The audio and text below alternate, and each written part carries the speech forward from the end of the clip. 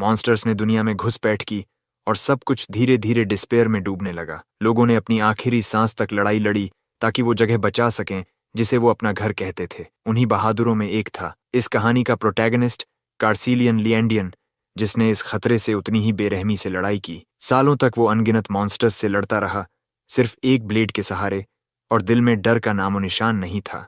फिर एक दिन ऐसा आया जब उसे लड़ना पड़ा एरन के ब्रदर फ्रॉम अनदर मदर से। वो कमीना वाकई टफ नट था। लड़ाई बहुत ही ब्रूटल रही, लेकिन आखिरकार कार्सिलियन ने उस पीस ऑफ इटीस डर्स को गिरा ही दिया। पर इस जीत की कीमत भी बड़ी थी। बैटल के बाद वो खुद भी मौत का शिकार बन गया, लेकिन किस्मत को कुछ और ही मंजूर था।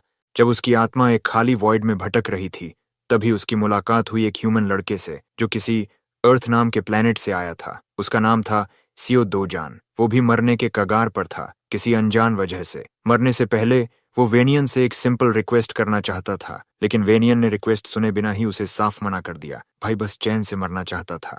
उसने अपना देश मॉन्स्टर्स से हार दिया, अपने चाहने वालों को खो दिया और आखिरकार कुत्ते जैसी मौत मरी। दूसरी ओर एसियो दोजान को भी जीने का शौक नहीं था, लेकिन वो डेस्परेटली चाहता था कि उसका परिवार अच्छी जिंदगी जिए। अब ऐसा लगता है कि वैन डियोन आखिरकार इस लड़के की बात सुनने को तैयार है। जैसे ही वो राजी हुआ, लड़का ऐसे खुश हुआ जैसे कोई बच्चा कैंडी स्टोर में घुस गया हो। उसने हिम्मत जुटाकर कहा, बस चाहता हूं मेरा परिवार पीसफुली जी पाए। और इस तरह कार्सिलियन ने उसकी रिक्वेस्ट ग्लैडली एक्सेप्ट कर ली। उसका नया मिशन था उस परिवार की प्रोटेक्शन, और वो पहुंच गया अर्थ पर एसियो दोजन के टीनेज बॉडी में। अब उसका टारगेट है नम्सन गेट में इन्फिल्ट्रेट करना, जो सी रैंक पर रखा गया है ऑब्वियस रीजंस की वजह से। वहां सिर्फ रजिस्टर्ड हीरोज को एंट्री मिलती है। गेट पर एक ऑटोमेटेड मशीन बार बार चिल्ला रही है, please scan your ID card. लेकिन भाई के पास आईडी कहां से आएगी? तो वो सीधा ऑथोराइज्ड बिल्डिंग में घुस गया, फुल फोर्स से गेट तोड़कर। सिक्योरिटी अलार्म बुरी तरह ब्लेयर करने लगा। Unauthorised infiltration detected. अंदर पहुंचकर वो आराम से घूमने लगा, मॉन्स्टर ढूंढने के मूड में। तभी उसका सामना हुआ एक हीरोज की पार्टी से। वो लोग ऑफिशियली लाइसेंस्ड थे और ऑथोराइज्ड एंट्री के साथ आए थे। उन्होंने उसे देखा और सोचा शायद कोई लॉस्ट बंदा है, तो पोलाइटली रास्ता दिखाने की ऑफर दी। क्योंकि वो खुद भी बाहर की ओर जा रहे थे, उन्होंने सोचा उसे साथ ही ले चलते हैं। लेकिन दोजान एकदम चुप रहा। वाइब ही अजीब सी थी। वो कैजुअल कपड़े पहने था, बिल्कुल हीरो जैसा नहीं लग रहा था। हाँ, आजकल पोर्टर्स जरूर कैजुअली कपड़े पहनते हैं, लेकिन भाई का आउटफिट तो हद से ज्यादा सिंपल था। और उस बैग में क्या था, ये भी सवाल बना रहा। उन्हें शक था कि शायद ये कोई क्लूलेस पोर्टर है जिसे उसकी पार्टी ने छोड़ दिया। फिर भी कुछ ठीक नहीं लग रहा था। आखिरकार दोजन बोलता है, वो जानता है कि लोग उसके प्रेजेंस को सस्पिशियस मान रहे हैं, लेकिन वो खुद आया है बिना किसी हीरो पार्टी के। ये सुनकर पार्टी का एक मेंबर गहरी सांस लेता है और समझ जाता है कि मामला क्या है। उसने पहले भी ऐसे लोग देखे हैं जिन्हें हीरो बनने का सडन बोनर आ जाता है, फ्लैशी टीवी एड्स देखकर। लेकिन वो जोश बहुत जल्द मौत का रीजन बन सकता है। बिना सर्टिफिकेशन और ट्रेनिंग के कोई सीधे गेट में कूद पड़े तो। उसने समझाया कि पहले हीरो बनो, टेस्ट पास करो, फिर सी रैंक गेट में घुसो, नहीं तो अपनी जान से हाथ धो बैठोगे।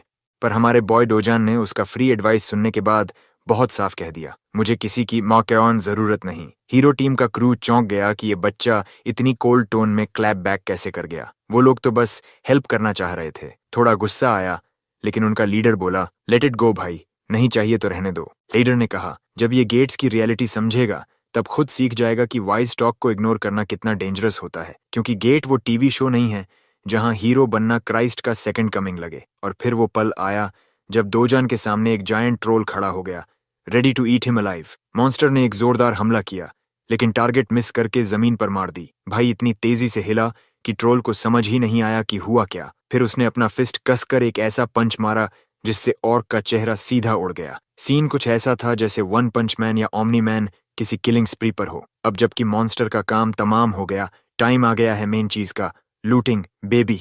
सबसे पहले उसने उस तलवार को उठाया जो वो कमीना लेकर घूम रहा था। फिर उसी सोर्ड से मॉन्स्टर की बॉडी को चीरकर एक शाइनी जेम स्टोन निकाली। ये एक लो ग्रेड मैजिक स्टोन थी, इतनी बेकार कि डोजन ने अपनी पास्ट लाइफ में कभी इसे हाथ तक नहीं लगाया। लेकिन इस समय वो कंगाल है तो मजबूरी है। तभी अचानक कई और मॉन्स्टर्स वहां आ धमकते हैं, अपने मरे हुए दोस्त को देखकर बुरी तरह भड़के हुए। डोजन पीछे मुड़ा और उस जेम स्टोन को इतनी स्पीड से फेंका कि एक मॉन्स्टर का सिर ही उड़ गया। बाकी दो बेवकूफ ऐसे दौड़े जैसे उन्हें मरने की बुरी आदत हो, और हमारे भाई को तो बस मौका चाहिए केओस फैलाने का। तभी सीन कट होता है उन हीरोज की टीम की ओर जो अभी भी मॉन्स्टर इन्फेस्टेड इलाके से गुजर रही है, और उनके दिमाग में दोजन ही घूम रहा है। टीम की ऑरेंज हेयर्ड लड़की सच में डोजान को लेकर चिंता में है। उसे डर है कि वो मारा न जाए, लेकिन टीम का लीडर उसे आश्वस्त करता है अगर वो अनऑथोराइज्ड बंदा है और गेट में घुस गया तो कंट्रोल सेंटर के एजेंट्स उसे जल्द ही पकड़ लेंगे। और वैसे भी सी रैंक गेट में कोई मरने वाला नहीं होता जब तक वो खुद बेवकूफ़ी से मॉन्स्टर्स पर जंप ना कर दे। बाल्डी भी लीडर से एग्री करता है। वो घमंडी लड़का अब तक डर से कांप रहा होगा और एजेंट से उम्मीद लगाए बैठा होगा कि वो उसकी जान बचा लेंगे, लेकिन सच्चाई तो एकदम उल्टी है। यहाँ डोजन वो बंदा है जिससे ये ओवरसाइज्ड सैंडबैग्स डर रहे हैं। एक पंच और शिकार ढेर, इतना फास्ट कि कोई उसे छू भी नहीं पा रहा। ब्लेड तो छोड़ ही दो। वो एक मॉन्स्टर के पीछे प्रकट होता है और ऐसा किक मारता है कि उसके सिर का नामो निशान मिट जाता है। सबको धो डालने के बाद वो उनमें से एक की तलवार उठा लेता है और मजे से सारे मैजिक स्टोन्स हार्वेस्ट करता है। कुछ देर बाद जब उसकी बैग भर जाती है वो निकलने को तैयार होता है, लेकिन ऑनेस्टली आज का लूट उसे डिसअपॉइंटिंग लगता है। सब बेकार क्वालिटी की जेम्स। तभी एक कंट्रोल एजेंट की उस पर नजर पड़ती है। वो बाकियों को बुलाता है। जैसे ही डोजन मुड़ने ही वाला होता है सूटेड एजेंट्स उसे घूरते हुए पास आ जाते हैं। वो बताते हैं कि वो गेट कंट्रोल सेंटर से हैं और उससे हीरो रजिस्ट्रेशन कार्ड दिखाने को कहते हैं। अगर वो अनरजिस्टर्ड है तो उसे उनके साथ चलना पड़ेगा। हमारा भाई कंफ्यूज होता है। सूट का टोन और भी कोल्ड हो जाता है। वो उसे वार्न करता है, प्रॉपर प्रोसीजर फॉलो करो, लेकिन डोजन के चेहरे पर सिर्फ अनॉयंस दिखता है, जैसे यह सब बेवजह का ड्रामा उसके मूड को खराब कर रहा हो। फिर भी उसमें बहस करने की एनर्जी नहीं होती। वो बस पीछे मुड़ता है और जाने लगता है।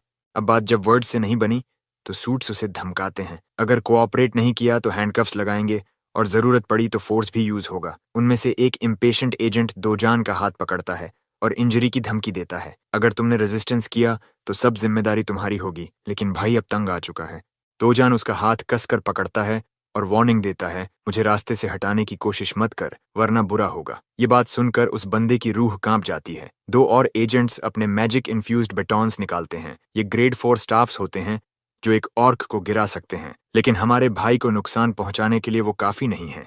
वो बंदा जो उसका हाथ पकड़े खड़ा था अब बिल्कुल बेबस दिख रहा है। डोजन उसका हाथ मरोड़ता है इतनी फोर्स से कि वो सीधा रोने जैसा मुंह बना लेता है। फिर वो आखिरी वार्निंग देता है, अगर तुम्हें अपनी थोड़ी सी भी इज्जत बचानी है तो निकल लो। लेकिन ड्यूटी बाउंड एजेंट्स अब पीछे नहीं हटते, उन्हें फाइट करनी ही है।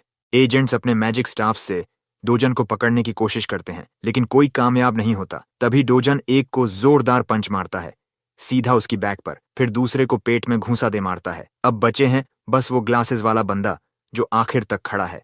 आखिरी बंदे को एहसास हो जाता है कि कुछ बहुत बुरा होने वाला है, इसलिए वो टेंस हो जाता है। डोजन हवा में घुलता है जैसे वैनिश हो गया हो और वो बंदा पैनिक कर जाता है। लिटरली किसी को गायब होते देख उसकी सिट्टी पिट्टी गुम हो जाती है। फिर अचानक एक जबरदस्त पंच उसके पेट में पड़ता है जिससे वो पीछे स्टैगर कर जाता है। अब डोजान इन एजेंट्स और उनके बेहुदा रूल्स से परेशान हो गया है। आखिरकार वो सोचने लगता है कि शायद उसे हीरो के तौर पर ऑफिशियली रजिस्टर हो जाना चाहिए। एजेंट उसे समझाता है कि जब तक वो इलीगल काम नहीं करेगा तब तक कोई उसे चेज नहीं करेगा। लेकिन तभी डोजान एक अजीब सवाल पूछता है, रिफ्ट क्या होता है? ये सुनकर एजेंट थोड़ा हिल जाता है क्योंकि ये बात आम लोग नहीं पूछते। इस दुनिया का सिस्टम थोड़ा कॉम्प्लेक्स है। दुनिया भर में कुछ मिस्टीरियस पैसेजेस हैं जो दूसरी दुनिया से कनेक्ट करते हैं, जहां अजीब मॉन्स्टर्स रहते हैं। इन पैसेजेस से निकले हुए जेमस्टोन्स एक नई तरह की एनर्जी सोर्स बन चुके हैं, जिसकी वजह से उनकी वैल्यू बहुत ज्यादा है। इसलिए गवर्नमेंट इन पैसेजेस को पूरी तरह कंट्रोल करती है और जो पैसेजेस ऑफिशियली अलाउ किए गए हैं उन्हें गेट्स कहा जाता है। वहीं जो अनकंट्रोल्ड और सील्ड नहीं हैं उन्हें रिफ्ट्स कहते हैं। डोजन को अब ये बहुत अनोइंग लगने लगा है कि वो जिस भी गेट से गुजरता है उसे ट्रेसपासर समझ लिया जाता है। एजेंट समझाता है कि अगर कोई अनरजिस्टर्ड बंदा बिना परमिशन गेट में घुसता है तो कंट्रोल सेंटर को सिग्नल चला जाता है और बी रैंक या उससे ऊपर के एजेंट्स भेज दिए जाते हैं। अब जब डोजन ने रिफ्ट में घुसने की बात की तो एजेंट उसे सख्त वार्निंग देता है कि रिफ्ट में अनऑथोराइज्ड एंट्री सीधे पनिशमेंट दिला सकती है। No warning, no negotiation. मगर डोजान अब किसी भी एक्सप्लेनेशन में इंटरेस्टेड नहीं है। वो उस एजेंट को सीधे उसके चेहरे से पकड़ता है और ऐसे फेंकता है जैसे कोई पुराना रैग हो। अब वो एजेंट अंदर से रिग्रेट फील कर रहा है कि काश उसने हेडक्वार्टर्स को पहले ही कॉल कर लिया होता, क्योंकि ये सीन अब उसके पे ग्रेड से बाहर जा चुका है। डोजान जाते जाते एक बार पीछे मुड़कर उसे देखता है और सोचता है कि ये बंदा कितना पैथेटिक है। उस एजेंट का हाथ फ्रैक्चर हो चुका है और वो अब चिल्ला चिल्लाकर उसे पकड़ने की धमकी दे रहा है। सीन शिफ्ट होता है Sol Gas and digital complex की तरफ, जो अब हीरो कॉम्प्लेक्स के नाम से जाना जाता है। यहाँ पर गेट से मिली सारी चीजों की बाइंग और सेलिंग होती है। आजकल ये जगह बहुत ज्यादा बिजी है। डोजन वहाँ के एक स्टोर में घुसता है जहाँ जेम स्टोन्स का कारोबार होता है। अंदर एक जेन जी टाइप लड़का रील्स स्क्रॉल करता मिल जाता है। जैसे ही डोजान उसे स्टोन्स बेचने की बात करता है, वो स्मार्ट शॉपकीपर तुरंत अपनी दुकान की तारीफों के पुल बांधना शुरू कर देता है। बोलता है कि उनकी ब्रांच पूरे देश में सबसे ज्यादा रेट देती है। डोजन अपने सारे मॉन्स्टर ब्लड से सने low grade magic stones counter पर रख देता है, जिससे स्टोर ओनर की शक्ल बिगड़ जाती है, जैसे उसे किसी ने चुपके से धो दिया हो। फिर भी वो ज्यादा कंप्लेन नहीं करता और ट्रांजैक्शन प्रोसेस में लग जाता है। वो डोजन से पूछता है क्या उसे कॉफी चाहिए और फिर साफ सफाई करते हुए ब्लड हटाता है। थोड़ी देर बाद वो पूरे स्टोन्स की वैल्यू कैलकुलेट करता है। 12 लो ग्रेड, 16 मीडियम ग्रेड और कुछ अपर लोअर ग्रेड स्टोन्स मिलाकर टोटल बनता है लगभग 5.5 मिलियन वन, वो भी 40% कमीशन डिडक्ट करने के बाद। डोजन को ये बात हजम नहीं होती। उसने सारी मेहनत की, जान खतरे में डाली और ये बंदा आराम से 40% काट रहा है। शॉप ओनर गर्व से कहता है कि वो ऑलरेडी जेनरस है, क्योंकि बाकी शॉप्स 45% या उससे ज्यादा लेते हैं। वो इतना कॉन्फिडेंट है कि कहता है अगर प्राइस पसंद नहीं तो स्टोन्स वापस ले लो। डोजन को उसकी बातों में कोई दम नहीं लगता और वो अपने सारे स्टोन्स वापस बैग में भरने लगता है। अब दुकानदार पैनिक करता है और उसका हाथ पकड़कर डिमांड करता है अप्रेजल फी 30,000 वन, कॉफी का चार्ज 10,000 वन और उसका लग्जरी टॉवल जो ब्लड से रुइन हो गया उसका भी पैसा दो। कुल मिलाकर वो डोजन से 350,000 वन मांगता है, लेकिन डोजन साफ कर देता है कि वो इस अनरीजनेबल डिमांड के आगे झुकने वाला नहीं है। जब कोई बात नहीं बनी तो वो हरामी सीधा स्ट्रीट ठग वाली टैक्टिक्स पर उतर आता है। वो डोजान को धमकी देता है कि उसके पास सी क्लास हीरोज हैं जो उसके गार्ड हैं। तभी वो भारी भरकम बंधे पीछे के दरवाजे से घुसते हैं और पूछते हैं कि किसे सबक सिखाना है। डोजान बस एक तीखी नजर फेंकता है उस हरामी पर और बदले में वो भी वैसी ही इंटेंसिटी से देखता है। थोड़ी देर बाद सीन कट होता है उस शॉप ओनर की कांपती हुई, पसीने से भीगी शक्ल पर, जो खुद को हीरो समझ रहा था। लेकिन जब डोजान ने उसके 3 पिग्स को बिना पसीना बहाए गिरा दिया, तब उसे असली मेन कैरेक्टर कौन है पता चल गया। इसके बाद डोजान कामली काउंटर की तरफ जाता है और बिना किसी बहस के कमीशन सिर्फ 1% तय करवा लेता है। अब कोई भी उस स्टेयर से लड़ नहीं सकता जो सीधा आत्मा तक घुस जाए। डोजान आराम से बाहर निकलता है, हाथ में नोटों का मोटा बंडल लिए, जो उसने अपने पसीने या यूं कहो कि मुक्कों से कमाया है। घर पहुंचते ही उसकी दादी और छोटी बहन दोनों पैसों की ढेर देखकर दंग रह जाती हैं। दादी पा को तो शक होता है कि ये सब नकली पैसे हैं। डोजान झट से बोलता है कि उसने एक दोस्त को पैसे उधार दिए थे, जिसने अब एक बिजनेस शुरू किया और वो जबरदस्त चल पड़ा। दादी को यकीन नहीं होता कि उसका पोता किसी का चाइल्डहुड फ्रेंड भी हो सकता है, लेकिन वो ज्यादा सवाल नहीं करती। वहीं उसकी बहन तो खुश होकर उछलने लगती है जैसे अब वो अमीर हो गई हो। उसकी प्यारी बहन की खुशी देखकर डोजान को एहसास होता है कि वो वाकई प्रोग्रेस कर रहा है। उसे याद आता है उस लड़के की आखिरी ख्वाहिश, जिसके शरीर में अब वो जी रहा है। उसका आखिरी सपना था कि उसकी दादी और हाफ सिस्टर यूनयोंग एक सेफ और खुशहाल जिंदगी जिएं। उस लड़के की आत्मा गायब हो चुकी थी और डोजन को मौका भी नहीं मिला था कुछ कहने का। जब उसने होश संभाला तब तक वो एसईओ डोजन बन चुका था। अब उसका मिशन साफ है, इस छोटी फैमिली को सिक्योर और खुश रखना। इसके लिए वो कोरिया का सबसे सुरक्षित घर खरीदना चाहता है, जिसकी कीमत है 110 बिलियन वॉन। पैसे कमाना उसके लिए कोई बड़ी बात नहीं, बस उसे अपनी ओरिजिनल ताकत वापस पानी है। ये दुनिया काफी हद तक वैसी ही है जैसी उसकी पिछली डिस्ट्रॉयड वर्ल्ड थी, बस यहाँ के मॉन्स्टर्स, गेट्स और रिफ्ट्स थोड़े कमजोर हैं। डोजन, जो पिछले जन्म में सोर्ड गॉड था, इस जगह को सिर्फ एक सैंडबॉक्स समझता है। अभी तक तो वो अपनी असली ताकत का सिर्फ 10वां हिस्सा ही इस्तेमाल कर रहा है। तभी दरवाजे पर नॉक होता है और एक विजिटर खुद को डोजन से मिलने आया बताता है। डोजन दरवाजा खोलता है तो सामने 2 गुंडे खड़े हैं। वो लोग 48 मिलियन वॉन का पुराना कर्ज वसूलने आए हैं। डोजन को समझ आ जाता है कि ये जरूर वो लोन शार्क्स हैं जिनसे असली एसईओ डोजन ने अपनी दादी के हॉस्पिटल बिल्स के लिए 5 मिलियन वॉन उधार लिए थे। अब ये लोग क्रेजी इंटरेस्ट जोड़कर 10 गुना अमाउंट मांग रहे हैं। उन्हें पता चल गया है कि डोजन इन दिनों गेट्स से पैसे कमा रहा है, तो वो कॉन्ट्रैक्ट दिखाकर पैसा वसूलने आए हैं। लेकिन इन दोनों को रिपेमेंट में मिलती है एक जॉ क्रशिंग पंच, सीधा बड़े थग के मुंह पर। वो उड़कर दीवार से टकरा जाता है और उसका साथी बस खड़ा देखता रह जाता है। डोजन उसे गुस्से से घूर कर याद दिलाता है कि उसने पहले ही 9 मिलियन चुका दिए हैं। सीधी बात, अब अगर हिसाब लगाओ तो ये लोग डोजान को इंटरेस्ट दें। फिर वो एक और पंच मारता है, इतना जोर से कि दूसरा थग रोने लगता है। डोजान उसे कहता है कि जाकर अपने बॉस से बोल देना डोजान खुद मिलने आ रहा है। इसके बाद सीन कट होता है एक शॉपिंग मॉल की तरफ, जो लोगों से भरा हुआ है। वहां दोजान अपनी बहन ओन्योंग को एक टेडी बेयर स्टोर में ले आया है। आज वो उसे जो चाहे दिलाने वाला है। वैसे तो दोजान पहले इतना सॉफ्ट हार्टेड नहीं था, लेकिन ओरिजिनल सीओ दोजान की यादों ने उसके दिल को इंसानियत से भर दिया है। उसे देखकर खुशी होती है कि उसने अपने अंदर की इमोशंस वापस पाई हैं। ओन्योंग उसकी हाफ सिस्टर जरूर है, लेकिन वो अब उसे दिल से अपना मानता है। वो बच्ची आखिरकार एक प्यारा बनी टॉय चुनती है, छोटा और फ्लफी सा। दोजन उसकी मासूम खुशी देखकर ठान लेता है कि चाहे कुछ भी हो जाए, वो इस बच्ची को कभी दुख नहीं देगा। उसकी जिंदगी अब सिर्फ एक मिशन है, इस नन्ही सी फैमिली को दुनिया के हर खतरे से बचाना। वो लड़की बड़ी मॉडेस्टी से एक छोटा सा स्टफ्ड टॉय उठाती है ताकि ज्यादा एक्स्ट्रावेगेंट ना लगे, लेकिन दोजान उसके लिए एक बड़ा सा टेडी चुन लेता है। उसे नहीं चाहिए कि वो किसी चीज में पीछे रहे। आखिर आज उसका दिन है, वो जो चाहे बिना पैसे की टेंशन के ले सकती है। फिर दोनों बढ़िया खाना एंजॉय करते हैं। जैसे ही वो अपना मील एंजॉय कर रहे होते हैं, एक अजनबी आवाज दोजन का नाम लेती है। एक मिडिल एज्ड औरत जिसके पीछे बॉडीगार्ड्स हैं अचानक सामने आ जाती है। ये चबी मिल और कुछ नहीं, बस एक और हेटर लगती है जो डोजन की बुराई करने आई है। पहले वो डोजन के ड्रेसिंग सेंस पर ताना मारती है, फिर उसकी बगल में बैठी लड़की पर सवाल उठाती है। बोल्ड होकर बोलती है कि जरूर किसी को प्रेग्नेंट कर दिया होगा और ये लड़की उसी की वजह से है, वैसे ही जैसे उसकी माँ ने उसे दुनिया में लाया था।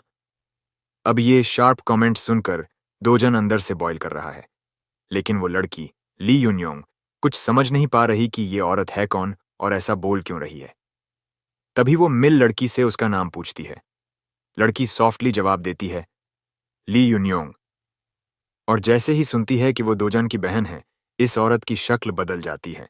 लेकिन आदत से मजबूर वो लड़की की ड्रेसिंग पर भी ताना मार देती है। कहती है, टिच, कितनी मैस है ये। और तो और उसकी मरी हुई मां को भी नहीं छोड़ती। दोजन का गुस्सा अब लिमिट पर है, लेकिन फिर भी वो खुद को कंट्रोल कर रहा है। ये देखकर वो माइल भी चौंक जाती है। इतनी प्रोवोक करने पर भी वो रिएक्ट नहीं कर रहा। लेकिन ये औरत कहाँ मानने वाली थी। एक स्टेप और आगे जाती है। वो एक चाइल्ड से पूछती है, बता, हार्लट का मतलब क्या होता है। बस अब दोजान का पेशेंस टूट जाता है। वो झल्ला कर बोल देता है, तू एक अगली औरत है जो किसी ऑर्क ट्राइब की लगती है। अब ये सुनकर वो औरत आंखें फाड़ कर उसे देखती रह जाती है, लिटरली माइंड ब्लैंक। अब थोड़ा कॉन्टेक्स्ट जान लेते हैं। दोजान एक इलेजिटिमेट चाइल्ड था और बचपन में बहुत गरीबी में रहा।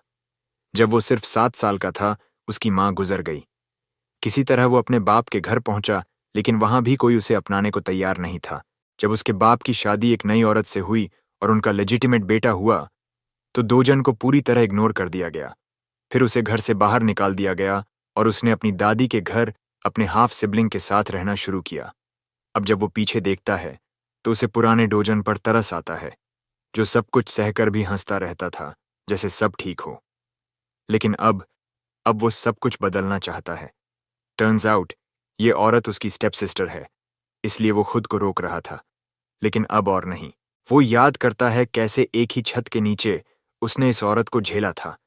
आज भी वो उतनी ही डिस्गस्टिंग और ऑर्क जैसी लगती है, न सिर्फ दिखने में बल्कि सोच में भी, और ऊपर से इतनी डम कि बस मत पूछो।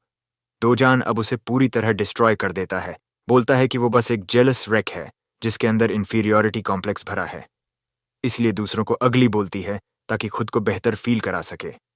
लेकिन सच ये है कि वो बस एक गोल्ड डिगर है जिसे दूसरों की लाइफ से ऑब्सेशन है। औरत गुस्से में लिटरली फटने वाली है, तभी डोजन की स्टेप मॉम वहां आ जाती है। अपनी मां को देखकर वो औरत उसके पास दौड़ती है, एकदम वाइनी टोन में शिकायत करती है कि डोजन ने उसे वर्ड से डिस्ट्रॉय कर दिया। लेकिन उसकी मां उसे एक कोल्ड ग्लेयर देती है और चुप करा देती है। नॉट गना लाई, ब्रो की step mom straight up queen लगती है। पहले तो लगा कि यही अगली माइल उसकी स्टेप मॉम होगी, लेकिन असली स्टेप मॉम तो क्लासी निकली। वो डोजन की तरफ देखती है और बड़े ही ग्रेस के साथ उसे ग्रीट करती है। अब उस स्टाइलिश स्टेप मॉम की बारी है। वो पूरे ग्रेस के साथ दोजन से बात करती है, उसे घर आने का इनवाइट देती है, चलो थोड़ा वक्त साथ बिताते हैं। लेकिन दोजन जानता है कि ये सारी मुस्कानें फेक हैं। यही औरत तो थी जिसने 12 सालों तक उसके जीवन को दुखों से भर दिया। जैसे जैसे वो पुरानी बातें दोहराती है, दोजन के अंदर का PTSD ट्रिगर होने लगता है और उसकी आंखों की सीरियसनेस इंस्टेंटली बदल जाती है। फिर वो एक ठंडे लहजे में उससे कहता है, चल निकल यहां से। इस एक लाइन से उस औरत की डिग्निटी को ऐसा झटका लगता है जैसे किसी ने उसके ईगो को चीर कर रख दिया हो। वो चुपचाप घूमकर चली जाती है जैसे आखिरी बची हुई इज्जत समेट रही हो। शायद उसे उम्मीद नहीं थी कि वो लड़का जो कभी एक थप्पड़ पर चुप हो जाता था, आज ऐसा जवाब देगा। उसकी बेटी और बॉडीगार्ड्स भी पीछे पीछे निकल जाते हैं। गार्ड्स तो पूरी सीन में सिर्फ शोपीस बने रहे। दोजान भी अब उन्योंग के साथ उस जगह से निकलने का फैसला करता है। उसका रिएक्शन इंटेंशनल था। वो अपने स्टेप फैमिली को एक मैसेज देना चाहता था। अब वो पुराने वाला सियो दोजान नहीं है। अब जो उनके सामने खड़ा है वो एक नया इंसान है जो किसी से डरता नहीं। सीन कट होता है एक मर्सिडीज पर जो रोड पर तेजी से दौड़ रही है। अंदर बैठी हैं वो दोनों औरतें, ट्रैश माम और उसकी डॉटर। बेटी अपनी माँ पर भड़कती है कि उसने दोजन को उसकी जगह क्यों नहीं दिखाई, उल्टा वहां से भाग आई। लेकिन माँ का गुस्सा तो कुछ और ही लेवल पर है। वो अपने बॉल्ड मैनेजर से पूछती है कि दोजन अब तक जिंदा कैसे है, जब साफ साफ इंस्ट्रक्शंस थीं कि साफ साफ काम होना चाहिए। बॉल्डी घबरा कर कहता है कि रिपोर्ट्स भी यही कहती थीं कि सब खत्म हो चुका है, लेकिन अब वो दोबारा सब चेक करेगा और इस बार काम पूरा कराएगा। वहीं दूसरी तरफ बेटी को तो अब जाकर समझ आ रहा है कि उसकी शेडी माँ असल में क्या खेल खेल रही थी। किलिंग और डाइंग जैसे वर्ड्स सुनकर वो थरथराने लगती है। माँ उससे पूछती है, कहीं तुझे डोजान से फीलिंग्स तो नहीं? सवाल सुनकर वो पिगी गर्ल पूरी तरह से ऑफ गार्ड हो जाती है। उसके चीक्स ब्लश कर जाते हैं, लेकिन असल में वो इसलिए डर रही है क्योंकि अगर ग्रैंडपा या डैड को कुछ पता चला तो उनके लिए भारी मुसीबत हो जाएगी। माँ उसकी बात का जवाब एक टाइट ग्रिप से देती है। उसका मुंह पकड़कर कहती है, stay the hell out of my business. उसकी माँ पूरी तरह तय कर चुकी है कि डोजन को जिंदा नहीं छोड़ना। जो इंसल्ट उसने झेली है उसका बेस्ट रिवेंज यही होगा। फिर कहानी कट होती है एक फ्लैशबैक की तरफ। करीब एक दशक पहले दुनिया पूरी तरह तबाह हो गई थी जब पहली बार रिफ्ट्स की अपीयरेंस हुई। इन टेरिफाइंग पोर्टल से ऐसे मॉन्स्टर्स निकले जिनका मकसद था ह्यूमंस का कत्ल। ये तबाही रुकी नहीं, सिटीज जलने लगीं और केओस फैल गया। लेकिन जैसे डार्कनेस आई वैसे ही लाइट भी आई, हीरोज के रूप में। उन्हीं की वजह से पहली बार माना स्टोन्स भी खोजे गए, मॉन्स्टर्स की लाशों से।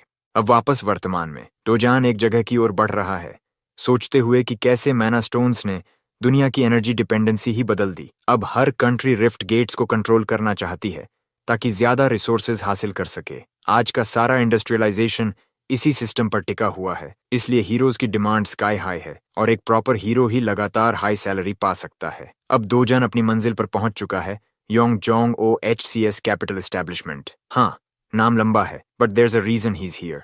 जैसे ही वो अंदर एंटर करता है वहां का बॉस और उसके चमचे बिल्कुल टिपिकल गूंज लगते हैं जो सिर्फ अगली फेस से डराना चाहते हैं। लेकिन दोजन पूरा चिल्ड आउट मोड में है। बॉस अपनी सिगरेट बुझाता है और सार्केस्टिकली कहता है, बड़ी हिम्मत है तेरी, हमारे लोगों की ऐसी हालत कर दी और फिर खुद हमारे दरवाजे पर चला आया। लेकिन हमारे बंदे के चेहरे पर जरा भी डर नहीं है। असल में दोजन को किसी की परवाह नहीं है। ये बात खुलकर सामने आती है। वो बड़े स्मार्ट तरीके से बॉस को बताता है कि असल में खुद दोजन ही नुकसान में है। ये बात बॉस को बिल्कुल समझ नहीं आती तो वो क्लैरिफिकेशन मांगता है। दोजन बताता है कि वो यहाँ आया है अपनी कॉम्पेंसेशन लेने, क्योंकि इन क्लाउन्स की वजह से उसे मेंटल, फिजिकल और मटेरियल लॉसेस झेलने पड़े हैं। बॉस ने पहली बार देखा कि ये लड़का अब पहले जैसा सॉफ्ट स्पोकन नहीं रहा। उसकी पर्सनैलिटी में कोई बड़ा बदलाव आया है। उसने जो लैकी भेजा था उसे वही लड़का पस्त कर चुका है। बॉस को शक है कि डोजन ने गेट के अंदर कोई अवेकनिंग एक्सपीरियंस किया होगा। फिर भी वो एरोगेंट होकर कहता है कि ये न्यू फाउंड कॉन्फिडेंस उसका डाउनफॉल बनेगा। हिपोक्रेट बॉस दोजन को ओवर कॉन्फिडेंट कहता है और अपनी कुछ ग्रम्पी लड़कों को भी बुला लेता है उसे डराने के लिए। लेकिन डोजन जो स्वॉर्ड गॉड का एक्सपीरियंस रखता है, उनके लिए ये लड़के सिर्फ कीड़े ही हैं। बॉस की बात पूरी तरह बकवास लगती है। उसका कहना है कि अवेकेंड लोग भी आखिर में लो क्लास हीरोज की तरह मर जाते हैं। मजेदार बात यह है कि बॉस सोचता है दोजन डी क्लास हीरो से ऊपर नहीं है और उनकी ऑर्गेनाइजेशन आसानी से उसे हरा सकती है।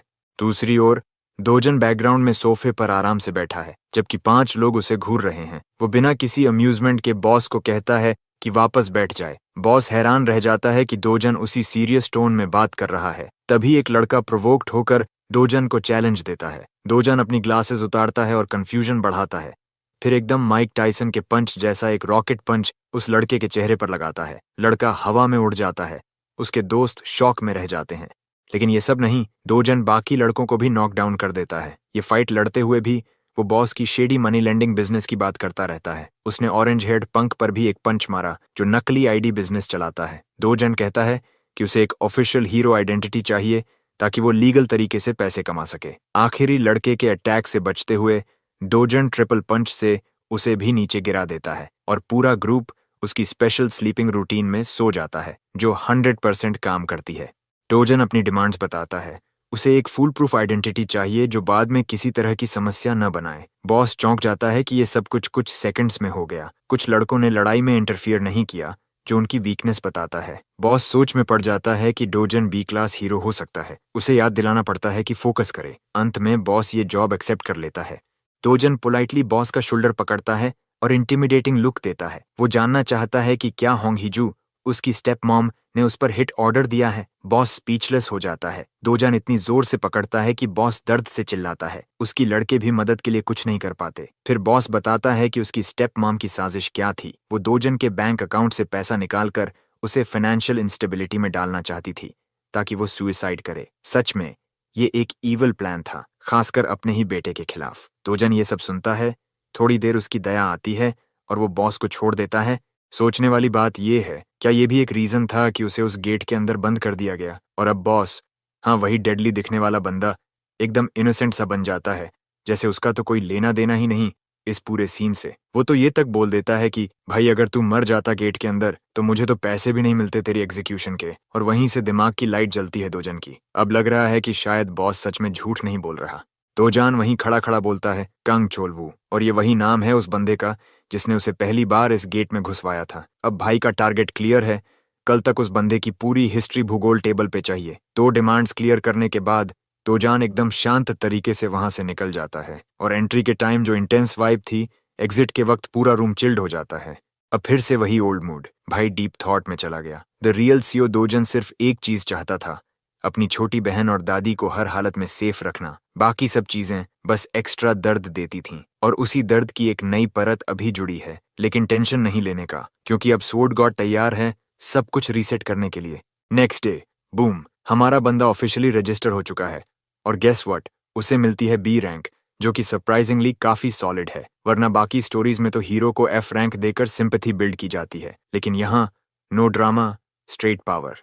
जैसे ही वो कार्ड मशीन पर टैप करता है, सिस्टम उसकी आइडेंटिटी वेरीफाई कर देता है। लेकिन तभी एक चीकी सी वार्निंग मिलती है, भाई तेरी रैंक उस क्वेस्ट के लिए काफी लो है जो तू करने जा रहा है। अब डोजन थोड़ी इरिटेशन में है। सोचता है उस बंदे से थोड़ा और लड़ाई कर लेता तो शायद ए रैंक दे देता, पर अब तो भाई ने ठान लिया है। सिस्टम कितना भी बोले डोंट एंटर, इट्स डेंजरस, उसके डिक्शनरी में डर नाम का कोई चैप्टर है ही नहीं। और डोजन सीधा निकल पड़ता है नाइट आइलैंड गेट की तरफ।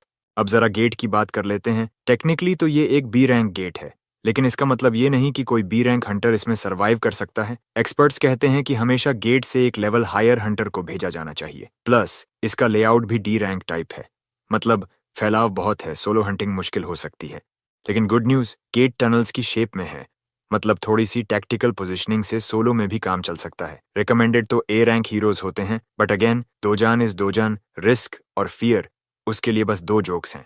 अब शुरू होती है असली एक्शन सीन। उसके सामने आता है उसका पहला ओपोनेंट, एक जायंट सर्पेंट जिसकी बॉडी से पर्पल केओस वाली ऑरा निकल रही है। नॉर्मल बंदे तो इसे देखकर डर के मारे फ्रीज हो जाएं, लेकिन डोजन भाई तो उसे देखकर स्माइल कर देता है। उसके लिए ये लकी साइन है। अब ग्लव्स टाइट करता है और बैटल शुरू।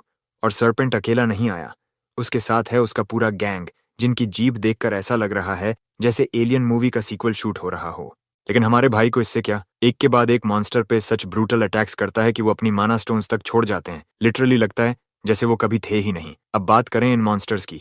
ब्लैक किलिंग वाइपर, जिनका हाईलाइट है हाइपर एक्टिव पैरालिसिस पॉइजन। जरा सा भी टच किया तो हंटर सीधा ग्राउंड पर।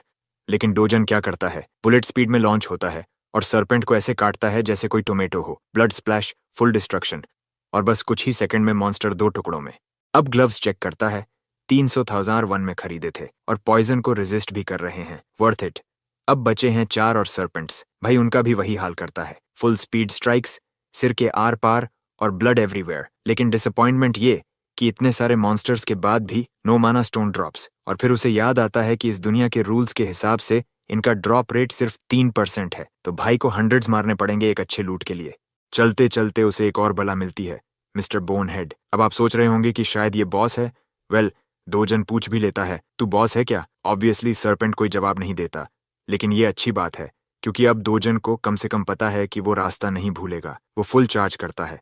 प्लान यही है कि जल्दी से मार के घर चला जाए, लेकिन रियलिटी चेक तभी मिलता है जब उसकी पहली ब्रूट स्ट्राइक का कोई असर ही नहीं होता। बॉस को बस हल्का सा टैटू मिलता है सिर पे।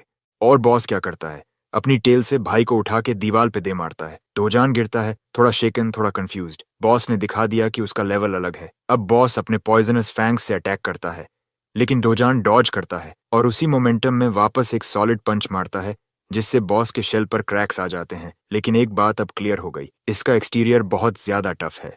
डोजान को लगने लगता है कि शायद स्ट्रैटेजी चेंज करनी पड़ेगी, और तभी उसकी नजर पड़ती है एक पुरानी सोर्ड पर, वो जो शायद किसी वॉरियर की थी जो इसी बॉस से लड़ते हुए मरा था। अब सीन पलटता है। अब समझ आता है इसे सोर्ड गॉड यूं ही नहीं कहते। ब्लेड पुरानी थी, हालत खराब, बट हमारे भाई ने उसे उठा लिया क्योंकि उसके हिसाब से तलवार की वैल्यू उसके वॉरियर से होती है। अब सोर्ड हाथ में लेकर वो सामने खड़े उस बीस्ट को चैलेंज करता है। बीस्ट उसे फिर से तेजी से मारने आता है, बट डोजन एयर में जंप करता है और प्राउडली कहता है, तू लकी है, आज मैं तेरे खिलाफ फुल पावर में सोर्ड यूज कर रहा हूँ। भले ही सोर्ड टूटी फूटी थी, बट वो इतनी फास्ट और फ्लैशी कट्स मारता है कि सर्पेंट की बॉडी लिटरली एविसरेट हो जाती है। फाइट तो सीरियस थी, बट उसका एंड एकदम फनी। बीस्ट मर चुका है और सोर्ड, वो तो हाथ में धूल बनकर उड़ जाती है। फाइट के बाद भी भाई का दिमाग चालू है। वो बॉस के फैंग को निकाल लेता है और सोचता है इससे तो एक किलर शॉर्ट सोर्ड बन सकती है, और उसी को अपनी रिवॉर्ड मानकर गेट से बाहर निकल जाता है। गेट के बाहर अब नाइट हो चुकी है, sky full of stars. Time लगा ज्यादा, लेकिन वर्थ इट था। और अब जो फीलिंग आती है वो ये कि भाई को अपनी पावर वापस लानी ही है, नो मैटर व्हाट। और एक छोटा सा सुकून भी है, उसके पुराने दोस्त उसे इस कमजोर हालत में नहीं देख पाए, क्योंकि that would have been super embarrassing. शिकार से लौटकर वो सीधे मैजिक स्टोन्स की अप्रेजल और सेल के लिए जाता है। उससे पहले एक और हीरो अपने जमा किए गए स्टोन्स लेकर वहां आता है। चीप एस रिसेप्शनिस्ट उसे बैंडेटशन जैसा ट्रीट करता है और कहता है कि कमीशन रेट वहीं 40% रहेगा। इतना इनोसेंट बंदा भी उस हाई रेट के पीछे की मैनेंट को फील कर सकता है। वो खुलेआम अपने कंसर्न बताता है और खुद को एक नॉर्मल आदमी कहता है। रिसेप्शनिस्ट, जैसे उसने पहले डोजन के साथ किया था, समझाता है कि उनका रेट सभी अप्रेजल ट्रेड्स में लोएस्ट है। गेट सेंटर में 5% है, लेकिन वो टैक्स के बिना है। उस स्लीजी अप्रेजर की नज़र में ये हीरोज के लिए एक बढ़िया डील है, जिससे उन्हें अच्छा पैसा मिलता है। हीरो को पैसे दे दिए जाते हैं और वो ज्यादा कंप्लेन नहीं करता, बस रिसेप्शनिस्ट के घायल चेहरे के बारे में कंसर्न जताता है। मजे की बात यह है कि ये बंदा अभी भी वही पुरानी स्क्रिप्ट रिपीट कर रहा है, even after getting his face bashed in. Bro casually कहता है कि पहले एक साइकोपैथ ने उसके गार्ड्स को उड़ा दिया और फिर उसे ये हाल दिया। हीरो को लगता है कि गलती रिसेप्शनिस्ट की है, जो सी रैंक वाले लो लेवल गार्ड्स वहां रखता है। आखिरकार उनके वर्ल्ड में सिर्फ रैंक ही मैटर नहीं करती, स्किल्स भी बहुत बड़ा रोल प्ले करती हैं। रैंक तो बस एक सुपरफिशियल सिस्टम है जो एबिलिटीज का सही स्केल नहीं दिखाता। हीरो वाइजली पॉइंट करता है कि एक ही रैंक के लोग स्किल और पावर में काफी डिफरेंट हो सकते हैं, इसलिए उन्हें एक जैसा ट्रीट नहीं किया जा सकता। ऊपर से एक लाउजी गार्ड जो दिन भर दुकान पर बैठा रहता है और एक हीरो जो जान पर खेलकर बीस्ट से लड़ता है, इन दोनों की बराबरी नहीं हो सकती। भले ही वो बंदा सही बातें कह रहा हो, रिसेप्शनिस्ट चाहता है कि वो बंद करे और निकल ले। हीरो जाते जाते ऑफर करता है कि अगर कभी जरूरत पड़ी तो वो हेल्प करेगा। जैसे ही वो निकलता है, हमारा बॉय बिल्कुल कोल्ड एक्सप्रेशन के साथ वहां से गुजरता है। उसे देखते ही रिसेप्शनिस्ट फ्रीक आउट कर जाता है और चिल्लाता है कि यही वो साइकोपैथ है जिसने उसका हाल किया था। हीरो मुड़कर दोनों को देखता है और इम्प्रेस होता है। वो डोजान की लीन फिजिक और काल्म वाइब नोट करता है, लेकिन जब उसे पता चलता है कि यही बंदा गार्ड्स की पिटाई के लिए रिस्पॉन्सिबल है, तो वो फाइट के लिए गियर अप होने लगता है। मुझे इस हीरो की सबसे अच्छी बात ये लगती है कि वो छोटी छोटी बातों से ऑफेंड नहीं होता। उसे जेन्युइनली लगता है कि डोजन अपनी पावर्स का मिसयूज कर सिविलियन लाइफ में लोगों को बुली कर रहा है। बेशक उसे पूरी सच्चाई नहीं पता, लेकिन ऐसे रियलिस्टिक कैरेक्टर्स देखना इंटरेस्टिंग है। रिसेप्शनिस्ट ये सब एंजॉय कर रहा है क्योंकि उसे पता है कि ये हीरो 7 साल का वेटरन है। अगर यहाँ कुछ भी गड़बड़ हुई तो वो डोजान का नाम देकर अपने कनेक्शन से उसे फंसा सकता है। लेकिन डोजन को इस सब की परवाह नहीं, वो सिंपली उसे कहता है, बूमर पिस ऑफ। इससे हीरो प्रोवोक हो जाता है क्योंकि अब उसे लगने लगता है कि सामने वाला सच में है। डोजन पूछता है कि क्या वो बदला लेना चाहता है। ये सुनते ही वेटरन हीरो थोड़ा और प्रोवोक होता है, लेकिन अपनी जिम्मेदारी और एक्सपीरियंस के चलते वो जानता है कि हीरोज के बीच लड़ाई हमेशा डेंजरस होती है, मॉन्स्टर फाइट से भी ज्यादा डेडली। ये सोचते ही वो चिल हो जाता है और वहां से चला जाता है, लीविंग द रिसेप्शनिस्ट स्पीचलेस। फिर डोजान उस स्लीजी अप्रेजर की ओर मुड़ता है और पूछता है कि क्या उसे कोई इश्यू है। जवाब का इंतजार किए बिना वो मैजिक स्टोन से भरी एक बैग उसकी तरफ फेंक देता है, अप्रेजल और पेमेंट के लिए। ये सारे हाई ग्रेड स्टोन्स होते हैं जो रिसेप्शनिस्ट को सोचने पर मजबूर कर देते हैं कि ये बंदा असल में है कौन। कैलकुलेशन के बाद पता चलता है कि टोटल अमाउंट है 150 मिलियन। सुनने में बड़ा लगता है, लेकिन डोजन के लिए ये एक दिन की हंटिंग के लिए बहुत कम है। वो कैश मांगता है, लेकिन रिसेप्शनिस्ट फिर कमीशन की बात छेड़ता है, जिस पर डोजन की स्केरी ग्लेयर सामने आती है। लेकिन जैसे ही उसे याद आता है कि उनका रेट सिर्फ 1% है, वो चिल हो जाता है और पैसे वाइंड अप करने को कहता है। अब रिसेप्शनिस्ट के दिमाग में कौन मारने की स्ट्रांग डिजायर होती है, लेकिन वो सिर्फ फैंटेसी तक लिमिटेड है। वो कहता है कि इतने बड़े अमाउंट के लिए अपर मैनेजमेंट की अप्रूवल चाहिए। डोजन एक सेकंड भी वेस्ट किए बिना कहता है कि अप्रूवल अभी लो। वो जल्दी से अपने बॉस को कॉल करता है और धीरे धीरे सारी डिटेल्स समझाता है, लेकिन इससे पहले कि डील पूरी हो पाती, डोजन फोन छीन लेता है और सीधे बॉस को कहता है कि जल्दी पेमेंट क्लियर करे। बॉस तैयार हो जाता है, लेकिन फोन वापस अपने एम्प्लॉय को देने को कहता है। डोजन बड़ी खुशी से फोन लौटाता है, या कहें जानबूझकर दीवार पर स्मैश कर देता है। एम्प्लॉय तो कांपने लगता है अपने टूटे हुए डिवाइस को देखकर, और डोजन कामली इंस्ट्रक्ट करता है कि अब पैसे तैयार करो। आखिरकार रिसेप्शनिस्ट कई बैग्स में कैश तैयार करता है। एंड में वो डेवस्टेटेड फील करता है, लेकिन याद रखो, ये वही बंदा है जो रोजाना हीरोज को आधा पैसा लूटता है। He is a scum bag. 10 minute बाद बॉस खुद स्टोर में आता है, ये देखने कि एम्प्लॉय फोन क्यों नहीं उठा रहा था। मजेदार ट्विस्ट ये है कि रिसेप्शनिस्ट इमीडिएट रेजिग्नेशन थ्रो कर देता है। बॉस स्मैश्ड फोन को देखता है और समझ जाता है कि क्या हुआ होगा। वो अपना फोन निकालता है और जूयन को कॉल करता है अर्जेंटली बुलाने के लिए। जूयन एक फेमस लड़की है जिसके पर्पल पिंक बाल हैं। पब्लिक में लोग उसे हुनुयन कहकर सेलिब्रेट करते हैं जैसे कोई सेलिब्रिटी हो, और उसका आउटफिट डोप एज हेल। वो स्टोर में एंटर करती है और रिसेप्शनिस्ट को अपनी प्रेजेंस से स्टन कर देती है। एक स्वीट स्माइल के साथ ग्रीट करती है। लोग उसके बारे में इतनी बातें क्यों कर रहे हैं? क्योंकि वो देश की चौथी S रैंक हीरो है। Simply amazing. कुछ रूमर्स हैं कि वो बॉस की नीस है, और फिर वो सोचने लगता है कि वो यहाँ क्यों आई है। जूयन कंफर्म्स करती है कि वो अपने अंकल के रिक्वेस्ट पर आई है ताकि एक रेकलेस हीरो को हैंडल कर सके। सिचुएशन में इंटरेस्टेड होकर ये स्टाइलिश S रैंकर बैठती है और सारी बात सुनने को तैयार हो जाती है।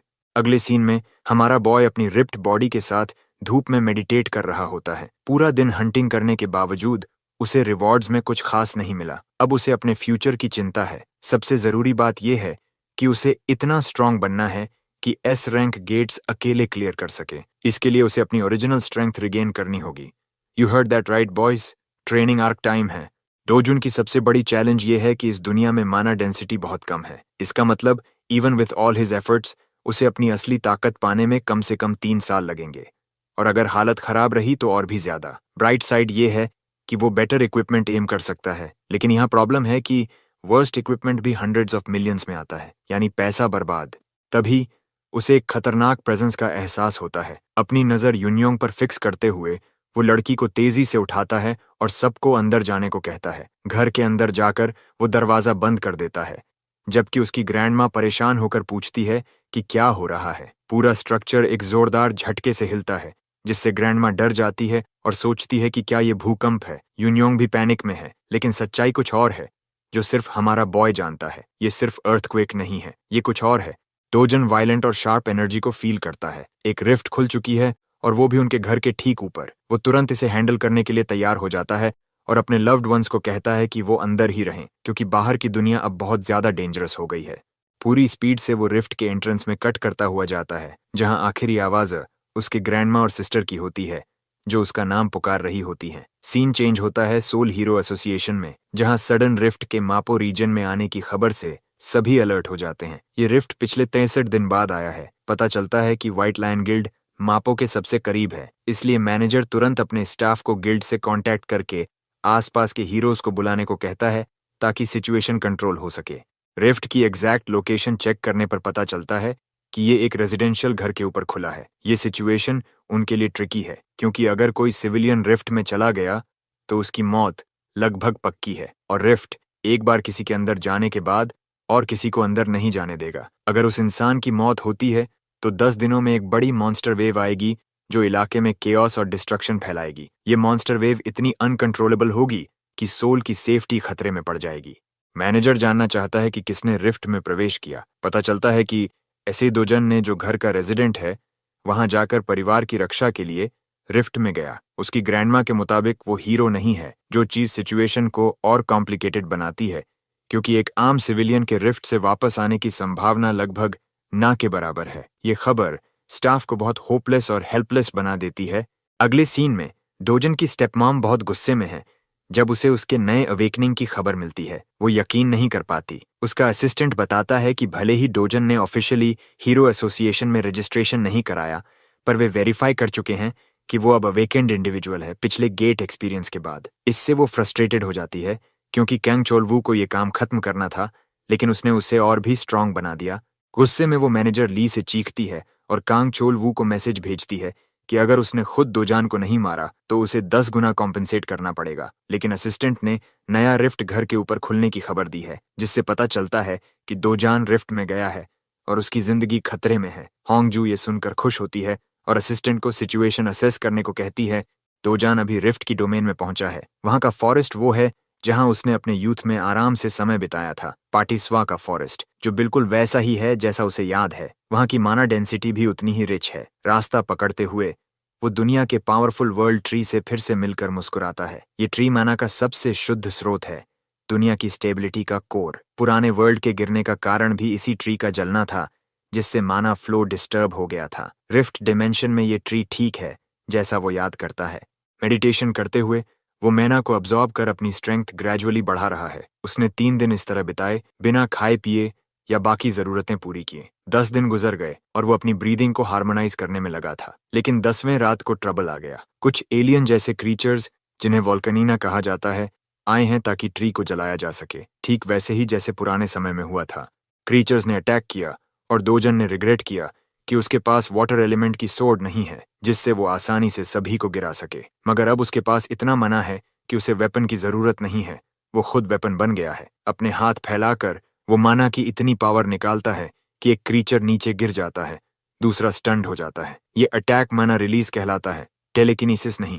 वोल्केनिना रिटेलिएट करते हैं, अपने मुंह से एनर्जी ब्लास्ट्स निकालते हैं जो तेजी से डोजन की तरफ बढ़ते हैं। डोजन पूरी तरह काल्म है क्योंकि उसकी माना उसे डैमेज से बचा रही है। वो क्रीचर्स की तरफ बढ़ता है, माना के बर्स्ट के साथ कहता है कि अब उसने वर्ल्ड ट्री को प्रोटेक्ट कर लिया है। क्रीचर्स फिर से एनर्जी ब्लास्ट देने की कोशिश करते हैं, लेकिन दोजन 2 को पकड़कर उनके मुंह बंद कर देता है। उनके अपने ब्लास्ट्स उनके मुंह में एक्सप्लोड हो जाते हैं और उनकी लाशें जलकर खत्म हो जाती हैं। उनकी लाशों से 2 वैल्यूएबल मैजिक स्टोन्स गिरती हैं। डोजन लड़ाई का मजा ले रहा है, इटर्नल एम्बर नाम का नया एबिलिटी अनलॉक कर रहा है। वो मॉन्स्टर्स को काटता और मारता है, माना स्टोन्स चुराता है। एक कॉइन सीड भी मिलता है जो सुनहरी चमक रहा है, इसे इटर्नल एम्बर कहते हैं।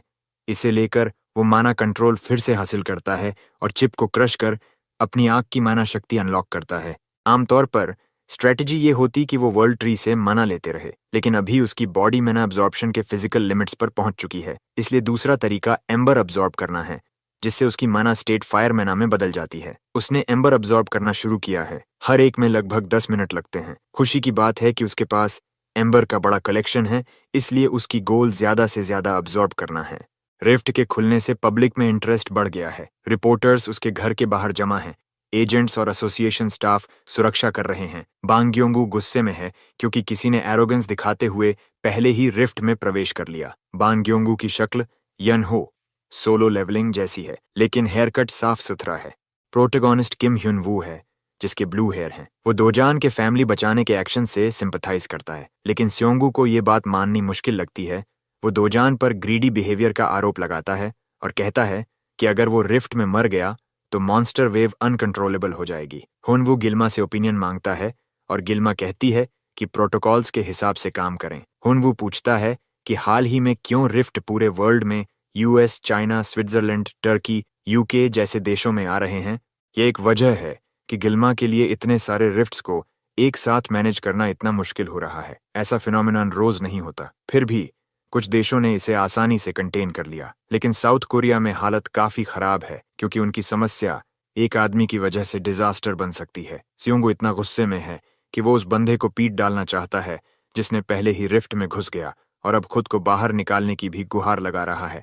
गरगैंचुअन पर्पल गेट के दिखने को अब 28 दिन हो गए हैं, ठीक वैसे ही जितने दिन से दोजन अंदर है। हीरो एसोसिएशन डर गई है और इसे लेवल 1 वेव की चेतावनी दे चुकी है। दोजन की पहचान अभी प्राइवेसी के कारण दुनिया के सामने नहीं आई है, इसलिए उसे अभी तक ऑर्डिनरी पर्सन कहा जा रहा है। दुनिया के बाकी हिस्सों को दोजन की पहचान का पता नहीं है, लेकिन मनी लैंडिंग संगठन का बॉस जल्दी ही इस बात को समझ गया और उसने अपनी असिस्टेंट से दोजन के इन्वॉल्वमेंट की जानकारी कंफर्म करवाई। किम यांगू, जो अध्यक्ष हुआंग चोंग का राइट हैंड है, चांगाब से दोजन की सर्वाइवल चांसेस जानना चाहता है। हाँ, मैंने वन पीस का भी जिक्र किया, जो इस चैनल का एक मजाकिया रिवाज है। असिस्टेंट के मुताबिक एक ऑर्डिनरी पर्सन के पास बचने का 8% से भी कम मौका होता है, लेकिन दोजन को ऑर्डिनरी पर्सन मानकर चांगाब के चेहरे पर हंसी आ जाती है, क्योंकि वही रेगुलर आदमी उसके आदमी को अस्पताल में भर्ती करवा चुका है। चांगाब अवेकेंड व्यक्ति के सर्वाइवल चांसेस के बारे में भी जानना चाहता है। असिस्टेंट कहता है कि यह हीरो के लेवल पर निर्भर करता है और बिना सही जानकारी के फैसला करना मुश्किल है। हुआंग चोंग भी मानता है कि फाइटिंग एबिलिटी और सर्वाइविंग एबिलिटी अलग होती है, फिर रिफ्ट में होना एक अलग कॉम्प्लिकेशन है। वैसे भी ये तय है कि वह शख्स अपनी आदतों से नहीं बदला। चांगाब अपने स्वार्थ के लिए दोजन के परिवार को बचाना चाहता है, ताकि अगर वह वापस नहीं आया तो उनके अंग बेच सके, और अगर वापस आया तो उसका कर्ज बढ़ा सके। सीन फिर से उस मेस्मराइजिंग वर्ल्ड ट्री पर आता है, जहां दोजन अपनी ट्रेनिंग में फुल स्पीड से लगा है, क्योंकि उसका शरीर अब फ्लेम माना से भरा है। उसे नहीं पता कि कितना समय बीत चुका है, लेकिन उसने सैकड़ों फायर स्टोन्स अब्जॉर्ब कर लिए हैं। अब उसके पास इतना फायर माना है कि वह उसे अपनी मर्जी से मैनिपुलेट कर सकता है, और उसकी फ्लेम रेजिस्टेंस भी बढ़ गई है। अपने पुराने और अभी के फायर एट्रीब्यूट की तुलना करता है तो लगता है कि उसने थोड़ी बहुत मास्टरी हासिल की है। तेजान वर्ल्ड ट्री के साथ एक टेंडर मोमेंट शेयर करता है, क्योंकि यह हमेशा उसकी मदद करता रहा है। उसने अपने माना स्टोन्स रखने के लिए पत्तियों से एक छोटा बैग बनाया है। उसे पता है कि शायद वह फिर कभी इस डिवाइन ट्री से नहीं मिल पाएगा, लेकिन अगर कभी ट्री खतरे में होगा तो वह अपनी जान से उसकी रक्षा करने को तैयार रहेगा। उस रात दोजन रिफ्ट से बाहर आता है, पूरे स्वस्थ। आसपास कोई नहीं दिखता, क्योंकि लोग सोचते हैं कि वह मर चुका है और मॉन्स्टर वेव आ सकता है, लेकिन उसे पास में किसी स्ट्रॉन्ग प्रेजेंस का एहसास होता है। वह उन्हें खोजने दौड़ता है और दो एजेंट्स, एक गुस्से में और दूसरा आराम से, हनवू और स्योंगू से मिलता है, जो एसोसिएशन के प्रतिनिधि लगते हैं। दोजान गुस्से में एक फ्लेम बॉल बनाकर हवा में फेंकता है, जिससे धमाका होता है। दोनों एजेंट्स आग की आवाज सुनकर वहां दौड़ते हैं और कुछ लोग डर के मारे खड़े होते हैं। दोजान अपनी आग की शक्ति से खुश है और अपने पुराने दोस्त तस्क की याद करता है, जो सबसे ताकतवर फायर मेज था। अचानक हनवू को रिफ्ट के असामान्य व्यवहार का एहसास होता है। वे देखते हैं कि रिफ्ट धुंध में गायब हो गया है। दोनों एजेंट साइट पर पहुंचते हैं और पाते हैं कि रिफ्ट का कनेक्शन खत्म हो गया है। दोजान बिना किसी दिक्कत के अपने अगले डेस्टिनेशन की ओर बढ़ता है। अगले दिन खबर आती है कि मापो के रिफ्ट ने 1 महीने तक अस्तित्व बनाए रखा, लेकिन 29 दिन बाद गायब हो गया। ये साबित करता है कि हीरो एसोसिएशन की मॉन्स्टर वेव की चेतावनी गलत थी। वे नहीं जानते कि रिफ्ट क्यों अचानक गायब हुआ और इसकी जांच कर रहे हैं। उसी समय आग लगने की घटना की भी जांच हो रही है। लोग यह मानते हैं कि दोजन मर चुका है और यह उसके कर्मों का परिणाम है, लेकिन असल में वह छिपा हुआ है और लोगों की प्रतिक्रियाओं को देख रहा है। दोजान को यह जानकर दुख होता है कि वह वर्ल्ड ट्री से फिर कभी संपर्क नहीं कर पाएगा। हालांकि वह ट्री की रक्षा नहीं कर पाया, लेकिन उसकी जिंदगी में एक और चीज बची है जिसे वह बचा सकता है। फिर कहानी HCS राजधानी में वापस आती है, जहां कुछ लोग दोजन की मौत की खुशी मना रहे हैं और वे उसकी दादी और बहन को भी खत्म करने की साजिश रच रहे हैं। चांगजाब लोगों को दबाने में माहिर है। एक व्यक्ति बहन को बड़े होने तक छोड़ने की बात करता है ताकि उसका इस्तेमाल कर सकें। उनकी बातें सुनते हुए अचानक एक परिचित आवाज आती है जो उनके बॉस को मांगती है। सीन कट जाता है और चांगहब को उसके दिन की दिनचर्या करते हुए दिखाया जाता है, खुश कि दोजन अब मर चुका है। उसका असिस्टेंट अपनी अपॉइंटमेंट्स देखता है, जिसमें सिर्फ लंच के लिए एक CEO से मिलने का कार्यक्रम है। वह खुश है क्योंकि रात को वह मैडम कैंग के क्लब में पार्टी करेगा, लेकिन जैसे ही वह बिल्डिंग में चढ़ता है, वह अपने आदमी को खेल खिलौने की तरफ फेंके हुए पाता है। उनके शरीर से खून टपक रहा है। इसके लिए जिम्मेदार वही व्यक्ति है जिसे वह मर चुका समझता था।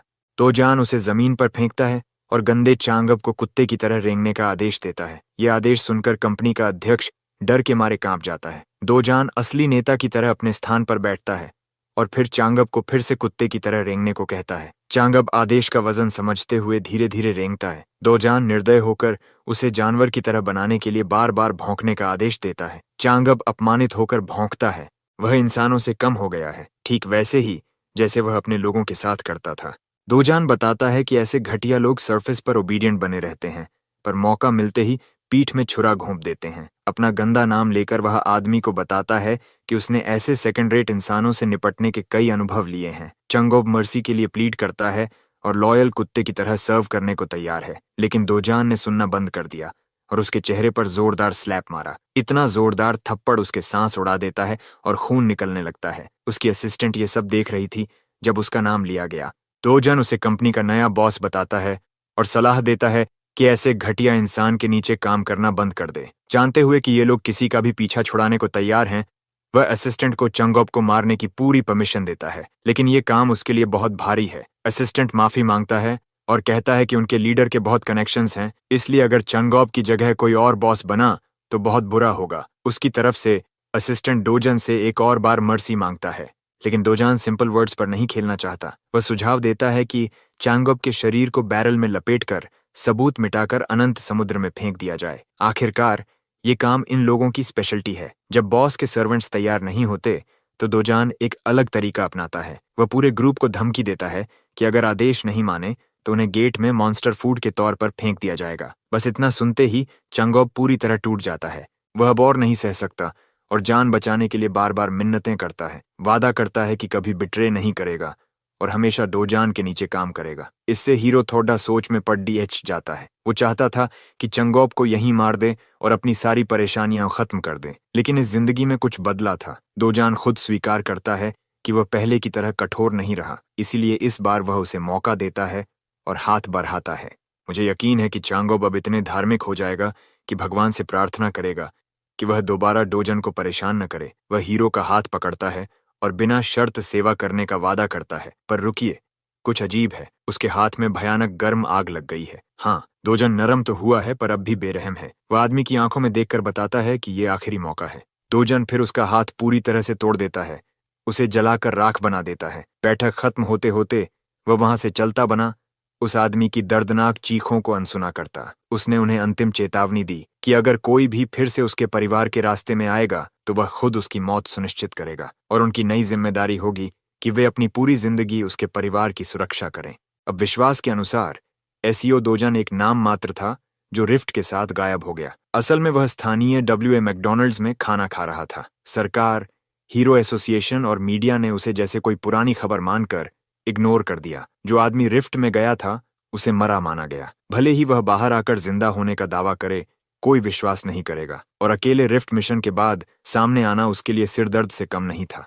वह सबड्यूड कुत्ता होंगचांग अभी भी उसकी मदद कर रहा था ताकि वह एक नया और सही घर खोज सके जहां आराम से रह सके। दोजन को आखिरकार अपनी बहन को स्वादिष्ट फास्ट फूड खिलाने का मौका मिला। उसने उसे बेहतर इलाके में जाने की योजना बताई, जिससे वह बहुत खुश हो गई। अब वह किंडरगार्टन जा सकती है और अगले साल एलिमेंट्री स्कूल में दाखिला ले सकती है। जब स्कूल की बात आई तो छोटी यूनियोंग का मूड खराब हो गया। दोजन चिंतित हो गया। वह तो जानवरों का संहार करने वाला योद्धा था, बच्चों की देखभाल करना उसकी क्षमता से बाहर था। उसकी बहन ने बताया कि दूसरे बच्चे उसे अनाथ कहकर चिढ़ाते हैं। उसकी प्यारी बहन की यह बात सुनकर दोजान का दिल टूट गया। अगर वह मीन किड्स से दोस्ती नहीं करना चाहती तो उसकी मर्जी है, वे छोटे बटेरे को बर्बाद कर देगा। जानकर कि उसे किंडरगार्टन नहीं जाना पड़ेगा, यूनियोंग बहुत खुश हो गई। दोजन मन ही मन योजना बना रहा था कि अपनी छोटी बहन को एक प्रेस्टीजियस प्राइवेट स्कूल में भेजे जहां कोई उसे नीचा न दिखा सके। उसी रात एसईओ दोजन ने जाना कि किम इयोंगू ने उसकी दादी और बहन को एक अनजान मोटेल में रखा था, जबकि वह रिफ्ट में फंसा था। ग्लास का बदमाश ऑलमोस्ट टूट गया था माफी मांगते हुए। वह कहता है कि मोटेल उनकी कंपनी के नियंत्रण में है, इसलिए सुरक्षित है। दोजान के पास लैकिस से उलझने की ऊर्जा नहीं थी, इसलिए वह कमरे में गया और एक बार फिर अपनी दादी से मिला। छोटी यूनियोंग ने उसे बेर हग दिया और दादी ने उसके हाथ पकड़ लिए। आंसू बहा रही थी। वह बस खुश थी कि उसका पोता जिंदा वापस आ गया। पहले हार्डेंड वॉरियर थोड़ा हैरान था, पर फिर परिवार की गर्माहट महसूस कर मुस्कुराया। छोटी यूनियोंग को मैकडॉनल्ड्स बहुत पसंद आया था, इसलिए वे वहां अक्सर खाना खाते थे। आज उसने भाई से पूछा कि हीरो का काम क्या होता है। जब पूछा गया कि क्या उसे अच्छा लगता है कि उसका भाई हीरो है, तो यूनियोंग ने सहजता से कहा, नहीं, हीरो होना कूल है, ताकतवर होना कूल है, पर वे मॉन्स्टर से लड़ते समय हमेशा खतरे में रहते हैं, कभी कभी तो मर भी जाते हैं, और वह चाहती है कि उसका भाई, दादी और उसके साथ लंबे समय तक जिए। दोजान तो अनगिनत रक्तपात का आदी था, पर किसी के उसके लिए चिंता करने का एहसास उसके लिए नया था। पुरानी दुनिया में वह आखिरी इंसान बचा था। उसने ऐसे मॉन्स्टर्स से लड़ाई की थी जिनका अंदाजा भी नहीं था। इस दौरान उसने बहुत कुछ खोया। अब जब उसे दूसरी दुनिया में दूसरा मौका मिला है, उसके साथ कुछ बहुत कीमती चीज आई है। वे भावनाएं जो वह भूल चुका था फिर से जाग रही हैं। शायद इस दुनिया में वह खुश रह सकता है। शायद वह सिर्फ खुशी और प्यार के साथ एक शांत जिंदगी जी सकता है। जब वह अंदर से गर्माहट महसूस कर रहा था, तभी कोरिया हीरो एसोसिएशन बुरी तरह अस्थिर था। नेट वोंग, जो कोरिया हीरो एसोसिएशन के संस्थापक और वर्ल्ड हीरो फेडरेशन के निदेशक हैं, रिफ्ट की घटना या उसके न होने को लेकर तनाव में थे। उनकी सबसे अच्छी टीमें साइट की जांच कर चुकी थीं, पर कोई नई जानकारी नहीं मिली थी। अपनी टेरिटरी के बारे में क्लूलेस होना उन्हें परेशान कर रहा था। यह सोचकर भी डर लग रहा था कि अचानक गायब हुआ रिफ्ट फिर से कहीं भी प्रकट हो सकता है। उनकी असिस्टेंट ने उनके वरीज से सहमति जताई और कहा कि अगर एक बड़ी वेव आती तो चिंता कम हो जाती। कम से कम अननोन वेरिएबल्स के बारे में नहीं सोचना पड़ जाता। डायरेक्टर तैवांग ने उसकी बात बीच में काट दी और गुस्से से कहा कि वे लकी हैं कि किसी को नुकसान नहीं हुआ। ना तैवांग दुनिया के 100 सबसे सम्मानित और ताकतवर हीरोज में से एक हैं। ये माना जाता है कि अगर वह राष्ट्रपति पद के लिए खड़े होते तो सबसे ज्यादा वोट पाते। उनकी बात और प्रभाव से देश के बड़े कंग्लोमरेट्स भी गिर सकते हैं। सौभाग्य से उनका दिल सत्ता या धन में नहीं है। उनकी एकमात्र चिंता अपने लोगों की सुरक्षा है। मतलब वह सच में एक जेन्युइन लीडर है। भले ही समय लगे, वह रिफ्ट के पेरीमीटर की थरो इन्वेस्टिगेशन चाहता है। आसपास के लोग पहले ही अपनी प्रॉपर्टीज एसोसिएशन को बेचने के लिए राजी हो चुके हैं, इसलिए यह कोई समस्या नहीं होगी। तैवांग चाहता है कि प्रभावित लोगों को मार्केट प्राइस से अधिक पैसे दिए जाएं, ताकि इनकन्वीनियंस का कुछ मुआवजा हो। सभी रिलायबल सोर्सेज ने बताया कि अलग अलग देशों में मल्टीपल रिफ्ट्स हो रहे हैं। यह देखकर ऐसा लग रहा है कि कुछ बड़ा तो चल रहा है। यूनाइटेड स्टेट्स और चाइना पहले से ही अपने रिफ्ट्स को कंट्रोल करने की स्टेजेस में हैं। बड़े देशों में यूनाइटेड किंगडम सबसे बड़ी समस्या का सामना कर रहा है, जबकि अन्य रिफ्ट्स को वेटरन हीरोज ने साफ किया। यूके टीम बुरी तरह नाकाम रही। 1 महीने की मिशन यूके रिफ्ट को खत्म करने की आखिरकार एक भयानक हार में बदल गई। यूके रिफ्ट वेव की घटना आधिकारिक रूप से शुरू हो गई है। शहर और लोग अपने रोजाना के कामों में लगे हुए हैं। भीड़ में एसईओ दोजान भी है, जो पैदल चलने वालों के साथ घुल मिल गया है। आज उसका मकसद हीरो कॉम्प्लेक्स की अपनी पसंदीदा दुकान है। जैसे ही वह दरवाजे से अंदर गया, काउंटर पर खड़ा लड़का स्वाभाविक तौर पर उसे अभिवादन करता है, लेकिन उसका चेहरा देखकर उसकी सांस अटक जाती है। काले बालों वाला यह युवक देखकर हर बाल खड़ा हो जाता है। आज उसकी मैनेजर दुकान में है, इसलिए वह अकेले इस दुखी ग्राहक से नहीं निपटेगा। मैनेजर ने पढ़ा हुआ अखबार बंद किया और अपनी नजर उठाई। उसकी आवाज नियंत्रित थी, पर गुस्से से भरी हुई। ये वही आदमी है जो अपने कमजोर कैशियर को कम गुणवत्ता वाले क्रिस्टल खरीदने के लिए मजबूर कर रहा था। दोजान ने आराम से अपना बैकपैक उतारा और जमीन पर फेंक दिया। मैनेजर को अच्छा लगा कि वह यहाँ है, जिससे उसका जादुई क्रिस्टल का व्यापार तेजी से हो सकेगा। मैनेजर को उम्मीद थी कि एक और बैच कम गुणवत्ता वाले क्रिस्टल जमीन पर गिरेंगे। वह ऐसी छोटी मोटी व्यापार में रुचि नहीं रखता। दोजान को पसंद नहीं कि जब वह सिर्फ उचित सौदा चाहता है तो उसे मना किया जाए। मैनेजर या कोई भी समझदार व्यापारी केवल 1% कमीशन स्वीकार नहीं कर सकता। बेहतर होगा कि युवक यहाँ से चला जाए। दोजन ने जोर देकर कहा कि उनके साथ व्यापार से इनकार करना बड़ा गलती होगी, जिसका पछतावा मैनेजर को होगा। मैनेजर ने युवक को बाहर निकालना जारी रखा। बैग की तरफ तक नहीं देखा। यह अंतिम चेतावनी थी, इससे पहले कि चीजें बिगड़ें। जवाब में डोजन ने बैकपैक को ठोकर मारी और उसकी सामग्री टाइल्स पर बिखर गई। क्रिस्टल व्यापारी होने के नाते कैशियर और मैनेजर दोनों ने तुरंत उन पत्थरों की असली पहचान कर ली। वह कच्चा बैग असल में हीरो के जादुई क्रिस्टलों से भरा था, जो पैसे से नहीं खरीदे जा सकते। दोजान को मोटा अंदाजा था कि ये चीजें कितनी कीमती हैं। वह जानता था कि उसके पास प्रीमियम सामान है। हीरो के जादुई क्रिस्टल का उपयोग एक कुख्यात मैक्सिकन ड्रग लॉर्ड कोरोरसमन ने नई ड्रग निर्माण में किया था। एक रात एक लैब एक्सीडेंट ने उसकी जिंदगी और दुनिया की सोच को बदल दिया। हीरो का क्रिस्टल कोरोरसमन को शक्तिशाली हीरो में बदल गया। तब से यह क्रिस्टल हीरो बनने और मना बढ़ाने के लिए अमूल्य वस्तु बन गई। इतनी दुर्लभ ऊर्जा स्रोत को अल्ट्रा हाई एंड प्रोडक्ट माना जाता है। एक ताकत दिखाने के लिए दोजान ने उनसे अपने सामान पैक करने को कहा और वहां से चला गया। मैनेजर ने तुरंत अपना अभिमानी स्वर बदलकर स्वागत करने वाला बना लिया। उसने युवक को वीआईपी सीट तक पहुंचाया और ड्रिंक ऑफर की, जबकि कैशियर क्रिस्टल साफ कर रहा था। दोजन को यह सब पलट जाना पसंद आया। एक पल वह निकाला जा रहा था, अगला पल बर्फीली ड्रिंक पी रहा था। उसकी शुरुआती मांग पूरी कीमत और 0.5% कमीशन की थी। जैसे ही मैनेजर ने झुकने का संकेत दिया, उसने डील खत्म करने की धमकी दी। पहले वह 1% पर सहमत था, अब वह और भी कम कर रहा था, बस चिढ़ के कारण। मैनेजर सिर झुकाकर सबसे सच्चा माफीनामा देने की कोशिश करने लगा। दोजान थक चुका था सुनने से। वे या तो उसकी दर स्वीकार करें या वह व्यापार कहीं और ले जाएगा। बात इतनी सी थी। काउंटर पर कैशियर चुपचाप दोजान को भद्दा आदमी कह रहा था। उसे पता था कि उसकी एक्टिंग से लड़के को ज्यादा कमीशन नहीं मिलेगा। मैनेजर ने जादुई क्रिस्टल मार्केट और कीमतों पर लंबी व्याख्या शुरू की। दोजान के पास इतनी लंबी बात सुनने का वक्त नहीं था। उसने ड्रिंक खत्म किया और उठ खड़ा हुआ, जिससे मैनेजर घबराया। जैसे ही मैनेजर ने 9% कमीशन का ऑफर दिया, वह काम नहीं आया। फिर उसने 8%, 7%, 6% और 5% तक प्रस्ताव दिया। इस सीमा में दुकान को कोई लाभ नहीं होगा। मैनेजर निराश था, पर एसईओ दोजान सम्मान स्वरूप 1% पर समझौता करने को तैयार हो गया। अंदर से मैनेजर चिल्लाना चाहता था कि वह एक बड़ा शातिर है, पर प्रोडक्ट छोड़ना नहीं चाहता था। दोजान के अगले शब्द सुनकर मैनेजर खुशी से पागल होने वाला था। आज के अलावा उसके पास 7 और बैग प्राइसलेस क्रिस्टल के थे। तुरंत समझौता हुआ और अनुबंध पर हस्ताक्षर हुए।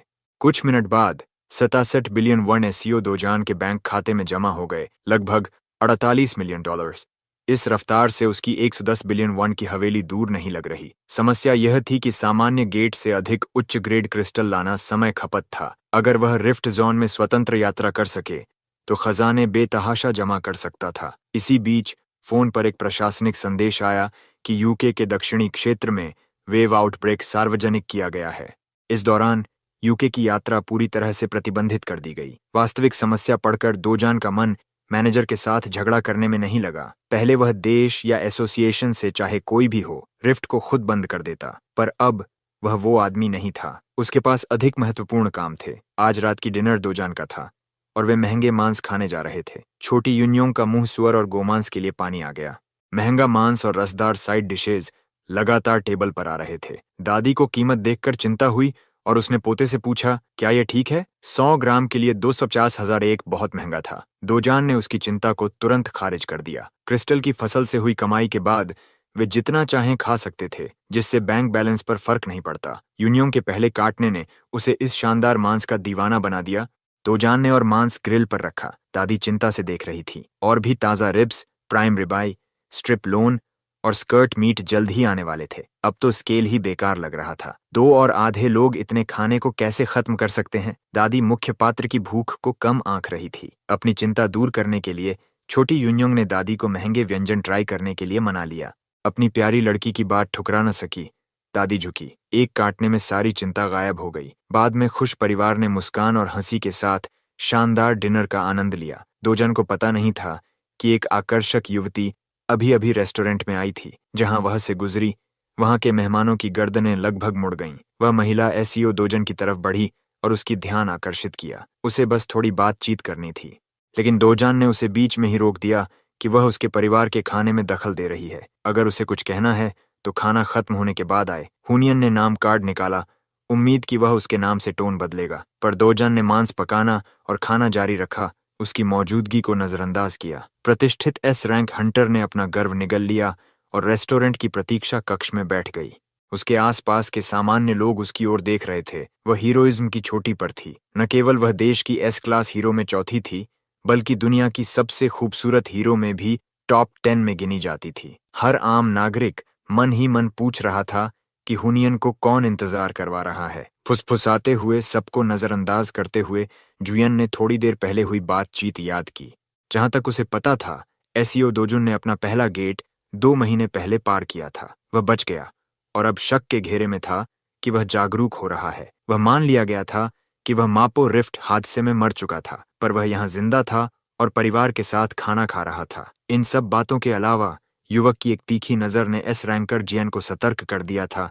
एक न्यूली अवेकेंड लड़का 2 महीने से भी कम टाइम में एस रैंक तक पहुंचना पॉसिबल नहीं है, राइट? यहां तक कि ऑयल टाइकून कैफ मोर, जिसने मैजिक स्टोन्स पर अपनी वेल्थ खर्च की, उसे भी पीक तक पहुंचने में लगभग 5 महीने लगे थे। जो जुयन महसूस कर रही थी, उसे रैशनलाइज करते हुए उसने सोचा कि डोजन के पास कोई अननोन स्पेशल एबिलिटी जरूर होगी। आखिरकार डोजन, ग्रैंडमा और लिटिल यूनियंग ने अपना खाना खा लिया और मूड भी लिफ्टेड था। एग्जिट के पास जुयन आखिरकार उस मिस्टीरियस यंग आदमी से बात करने चली, पर उससे पहले ही एक और पार्टी अपने सुपीरियॉरिटी वाले एटीट्यूड के साथ रेस्टोरेंट में आई। दोजन की आंखें उस आदमी को देखकर शार्प हो गईं। ये स्केवी लुकिंग बास्टर्ड दोजन को जिंदा देखकर शॉक था, खासकर जब वो डेडली गेट्स के एक्सपीडिशन से वापस आया था। उसका नाम था लूनेटिक कंग चोल वू। उसे डोजन की कॉकरोच जैसी रेजिलियंस पर थोड़ा अम्यूजमेंट भी हुआ। जुयन को भी ये ट्रबल मेकर एक ही ग्लांस में पहचान में आ गया। रेस्टोरेंट में साइलेंस छा गया और टेंशन्स बढ़ने लगीं। दोजन ने शैलो इंसल्ट्स को इग्नोर किया और जुयन को बुलाया। चियोल वू को हैरानी हुई जब उसने देखा कि एक एस रैंक हीरो कॉकरोच से बात कर रहा था।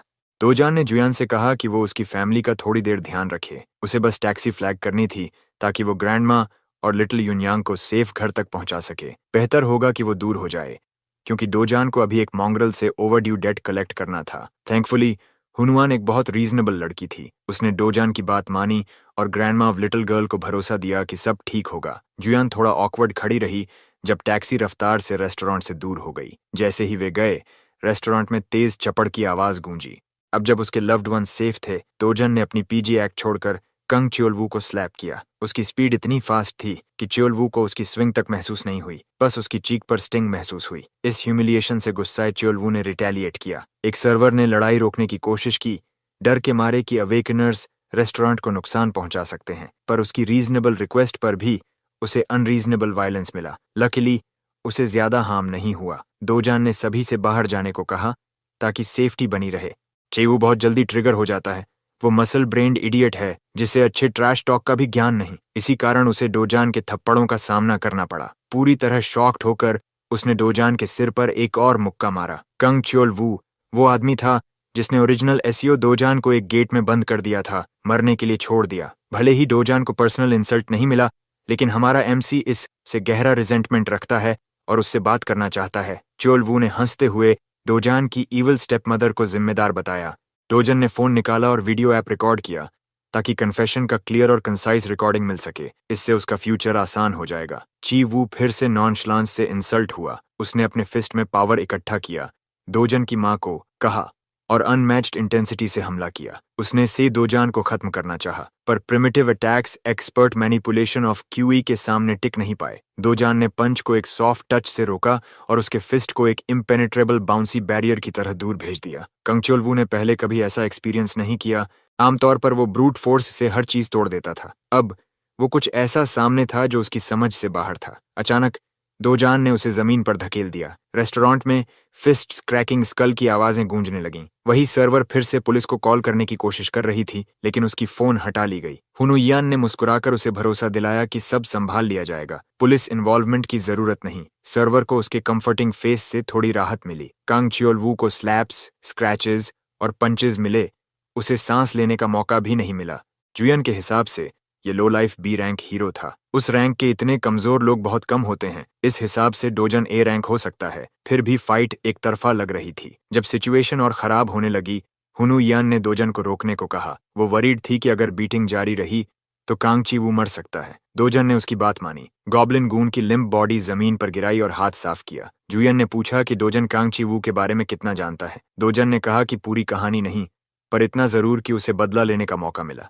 हुनुयन ने चेतावनी दी कि कांग चिवू कैंग योंग पियो से कनेक्टेड है, जो एस रैंक हीरो है। दोजन को यह पहले से पता था और उसे कोई फर्क नहीं पड़ा। जुयन ने कभी किसी को इतना रेकलेस नहीं देखा। ये लड़का एस रैंकर के कॉन्सिक्वेंसेस की कोई चिंता नहीं करता। हुनुयन ने बताया कि कंग योंग पियो अपने डिलिंक्वेंट कजन का बहुत ध्यान रखता है। रेस्टोरेंट की यह घटना जल्द ही उस पावर हाउस तक पहुंच जाएगी, तब खून खराबा होगा। दोजान ने जुयान की चिंता पर हंसी उड़ाई। वो किसी भी हॉट शॉट एस रैंकर से डरने वाला नहीं था। भविष्य की समस्याओं से ज्यादा दोजन परेशान था कि जुयान उसकी लाइफ के बारे में इतना जानती है। अब जब गॉब्लिन गून गिर चुका था तो उसका गुस्सा नोसी स्रैंकर पर था। वो सीधे जुयान को देख रहा था। हुनुयान भी कोई कम नहीं थी। वो इंटिमिडेट होने वाली नहीं थी। उसने सब्जेक्ट बदला और अचानक विजिट के लिए माफी मांगी। उसका एजेंडा क्लियर था। उसके अंकल ने उसे बुलाया था। जब उसे हीरो के मैजिक क्रिस्टल्स के बैग के बारे में पता चला, उसने बाकी क्रिस्टल्स खरीदने की इच्छा जताई। वो हर पीस खरीदने को रेडी थी, चाहे प्राइस कितना भी हो। दोजन ने चेतावनी दी कि ये सस्ता नहीं होगा। उसके पास बहुत कीमती ट्रेजर्स थे। हुनुयन ने कहा कि एक एस्टैब्लिश्ड एस रैंक हीरो के एसेट्स आम लोगों की समझ से बाहर होते हैं। दोजन को बेचना कोई प्रॉब्लम नहीं था। बस एक कंडीशन थी, जो कुछ ज्यादा बड़ी नहीं थी, बस एक छोटी सी फेवर। खासकर हुनयन जैसे रिनाउंड इंसान के लिए। शहर के दूसरे हिस्से में महंगे शराब की बोतलों के टूटने की आवाजें सुनाई दे रही थीं। दोजन की ईविल स्टेप मदर गुस्से में थी, क्योंकि उसे पता चला कि उसका स्टेपसॉन मरने के बावजूद जिंदा है। उसके लोग ये मान चुके थे कि वो रिफ्ट में मर चुका है। अब खबर आ रही थी कि डोजान एक रेजिलिएंट कॉकरोच की तरह बच गया। Press F for bald man here. उसकी बॉस जैसी स्टेपमदर के साथ रहना मजेदार नहीं होगा। कोई उसे मिस इन्फॉर्मेशन के लिए ब्लेम नहीं कर सकता। हीरो एसोसिएशन ने भी डोजान को डेड लेबल कर दिया था। इविल स्टेपमदर एक्सक्यूजेस सुनना नहीं चाहती, एक्शंस चाहती है। और भी बुरी बात यह थी कि कंग ची वू की हार की खबर भी उन्हें मिली। अब ये सेफ था मान लेना कि सीओ डोजान को मारने की असली साजिश का पता चल चुका है।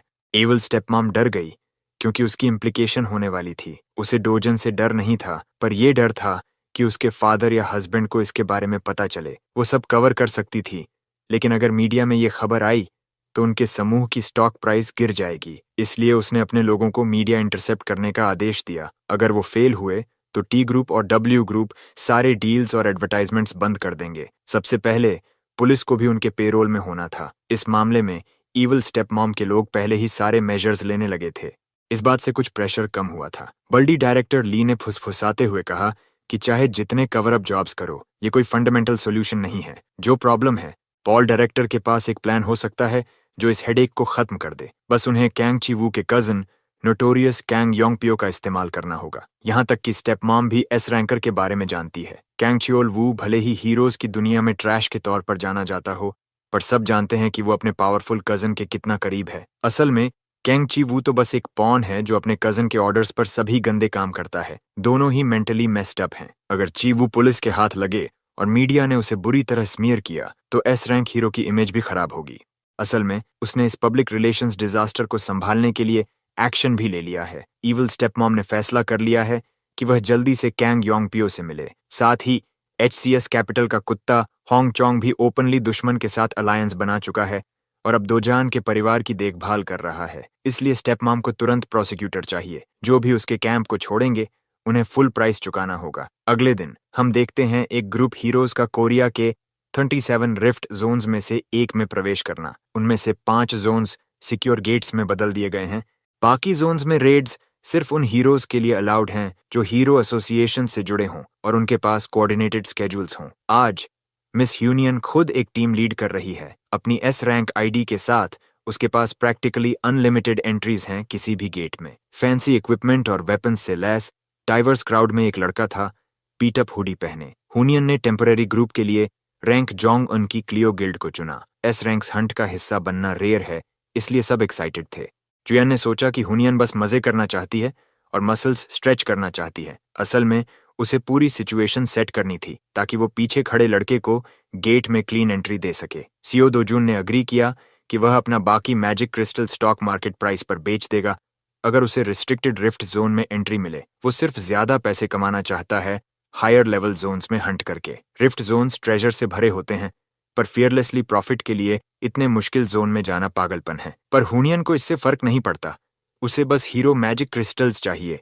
कुछ देर के बाद जब वे डार्क टनल से बाहर आए तो एक ब्राइटली वुडेड एरिया था। इंजू अपनी क्यूरियोसिटी रोक नहीं पाई और जुयन से पूछा कि ये लड़का कौन है जो उनकी पार्टी को शैडो कर रहा है। जुयन ने दोजन को बस किसी एक्वेंटेंस के तौर पर इंट्रोड्यूस किया, पर कोई इसे मानने को तैयार नहीं था। इंजू ने स्पेकुलेट किया कि शायद वो क्वीन जैन का बॉयफ्रेंड हो। टायर्ड होकर जुयन ने आंशिक सच्चाई बताई कि वह वहां इसलिए है क्योंकि उसने एक फेवर देना था। एस रैंक हीरो का किसी से फेवर लेना रेयर है। जब पार्टी अपनी बातचीत में खो गई थी, अचानक एक बड़ा शैडो सूरज को ढक गया। सबकी नजरें आसमान की ओर उठीं और उन्होंने बीस्ट देखा। क्लियो गिल्ड, जो ए रैंक है, तुरंत अपनी वेपन्स निकालकर पोजीशंस में आ गए। पहला एनकाउंटर था डरावना कॉकेट्रीस। जुयन एक्सपर्ट रेडर की तरह ने क्लियर और कंसाइज ऑर्डर्स दिए। जिंगू और डियन डिफेंस के लिए सन हो लेग्स पर एम करने को कहा गया, पर उससे पहले एक फिगर तेजी से सबके बीच से गुजरा।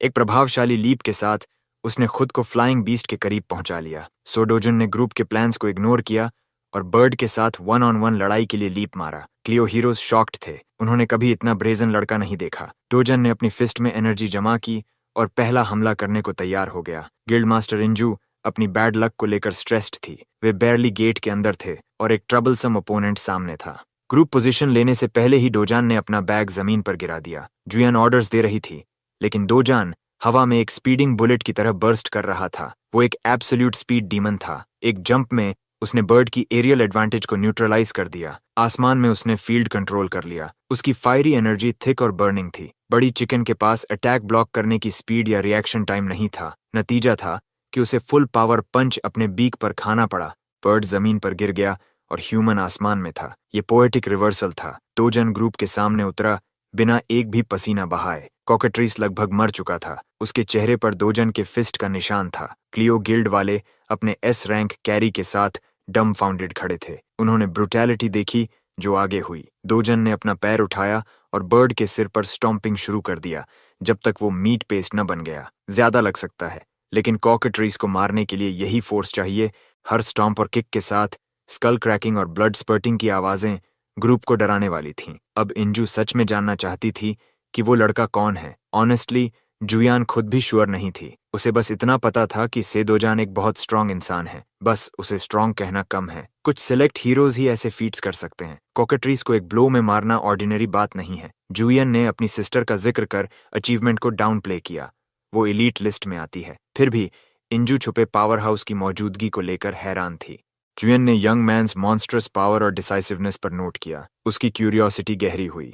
उसने अचानक प्लान्स बदले और कहा कि अब वो डोजन के साथ सेंटर जाएंगे, बाकी ग्रुप आउटस्कर्ट्स में रहेंगे। जुयन धीरे से यंग मैन के पास आई और कॉकेट्राइस के कॉर्प्स से लूट काटने लगी। उससे पहले ही उसने कहा कि वो ऐसे लोगों के साथ लूट शेयर नहीं करता जो किल में कंट्रीब्यूट नहीं करते। जुयन को मैजिक क्रिस्टल्स की कुछ पीसेस की परवाह नहीं थी। वो बस ये प्रस्ताव देने आई थी कि वे गेट में थोड़ी और अंदर जाएं, कहीं और जाएं जो उसकी करंट एबिलिटीज के लिए चैलेंजिंग हो। मुस्कुराते हुए उसने हंटिंग और लूट करने का इनविटेशन एक्सेप्ट किया। जुयन गेट के लेआउट को अच्छी तरह जानती थी, इसलिए वो लीड करेगी। दोजन को बस क्लोजली फॉलो करना था ताकि वो खो ना जाए। बिना वार्निंग के जुयन दूर तक तेजी से दौड़ी। उसकी स्पीड से सोनिक बूम हुआ। दोजन ने शांति से देखा जैसे उसका सिलुएट होराइजन में गायब हो गया। अपने बैग को पीछे स्लंग करते हुए उसने रनिंग पोज लिया, मसल्स में एनर्जी स्टोर की। एक इंस्टेंट फर्स्ट स्टेप में उसने ऐसा किक मारा कि क्लियो गिल्ड के हीरोज ऑलमोस्ट उड़ गए। इंजू ने कहा कि अगर जुयन बुलेट है तो वो आदमी लाइट की तरह मूव करता है। 2 पावर हाउसेस से पीछे छूटे बाकी हीरोज अपने गिल्ड लीडर से नए प्लान्स के लिए टर्न किए। बेशक उन दोनों को फॉलो करना इम्पॉसिबल था। आज उन्हें साइड किक्स एक्सेप्ट करना पड़ेगा। फिर भी ये डिसेंट गेट था। आउटस्कर्ट्स में हंट के लिए बहुत मॉन्स्टर्स थे। बाहर की दुनिया में नॉर्मल लोग उन्हें पावरफुल ए रैंक हीरोज मानते हैं, पर एक रियल एस रैंकर के सामने वे कोई खास नहीं थे। जुयन और वो लड़का क्लियो गिल्ड की पूरी फोर्स से कहीं ऊपर थे। बात करते हुए वे दोनों जंगल में तेजी से दौड़ रहे थे। जुयन ब्रेकनेक स्पीड्स मेंटेन कर रही थी बिना ज्यादा एफर्ट के, लेकिन लगातार पीछे देख रही थी कि डोजन है या नहीं। जब उसे डोजन नहीं दिखा तो उसने सोचा कि शायद उसने शुरुआत में ज्यादा तेज दौड़ लगाई।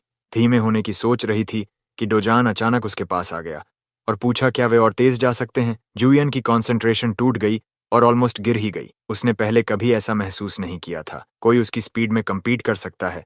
स्पीड की बात करें तो वो नेशन की टॉप 2 में थी, पर अब लिस्ट में बदलाव हो सकता है क्योंकि डोजान उसे पीछे छोड़ रहा था। कुछ देर बाद उसने मजाक में कहा कि जुयान एक्सपेक्टेड से स्लो थी, जबकि वो क्लियरली स्पीड फ्लेक्स कर रही थी।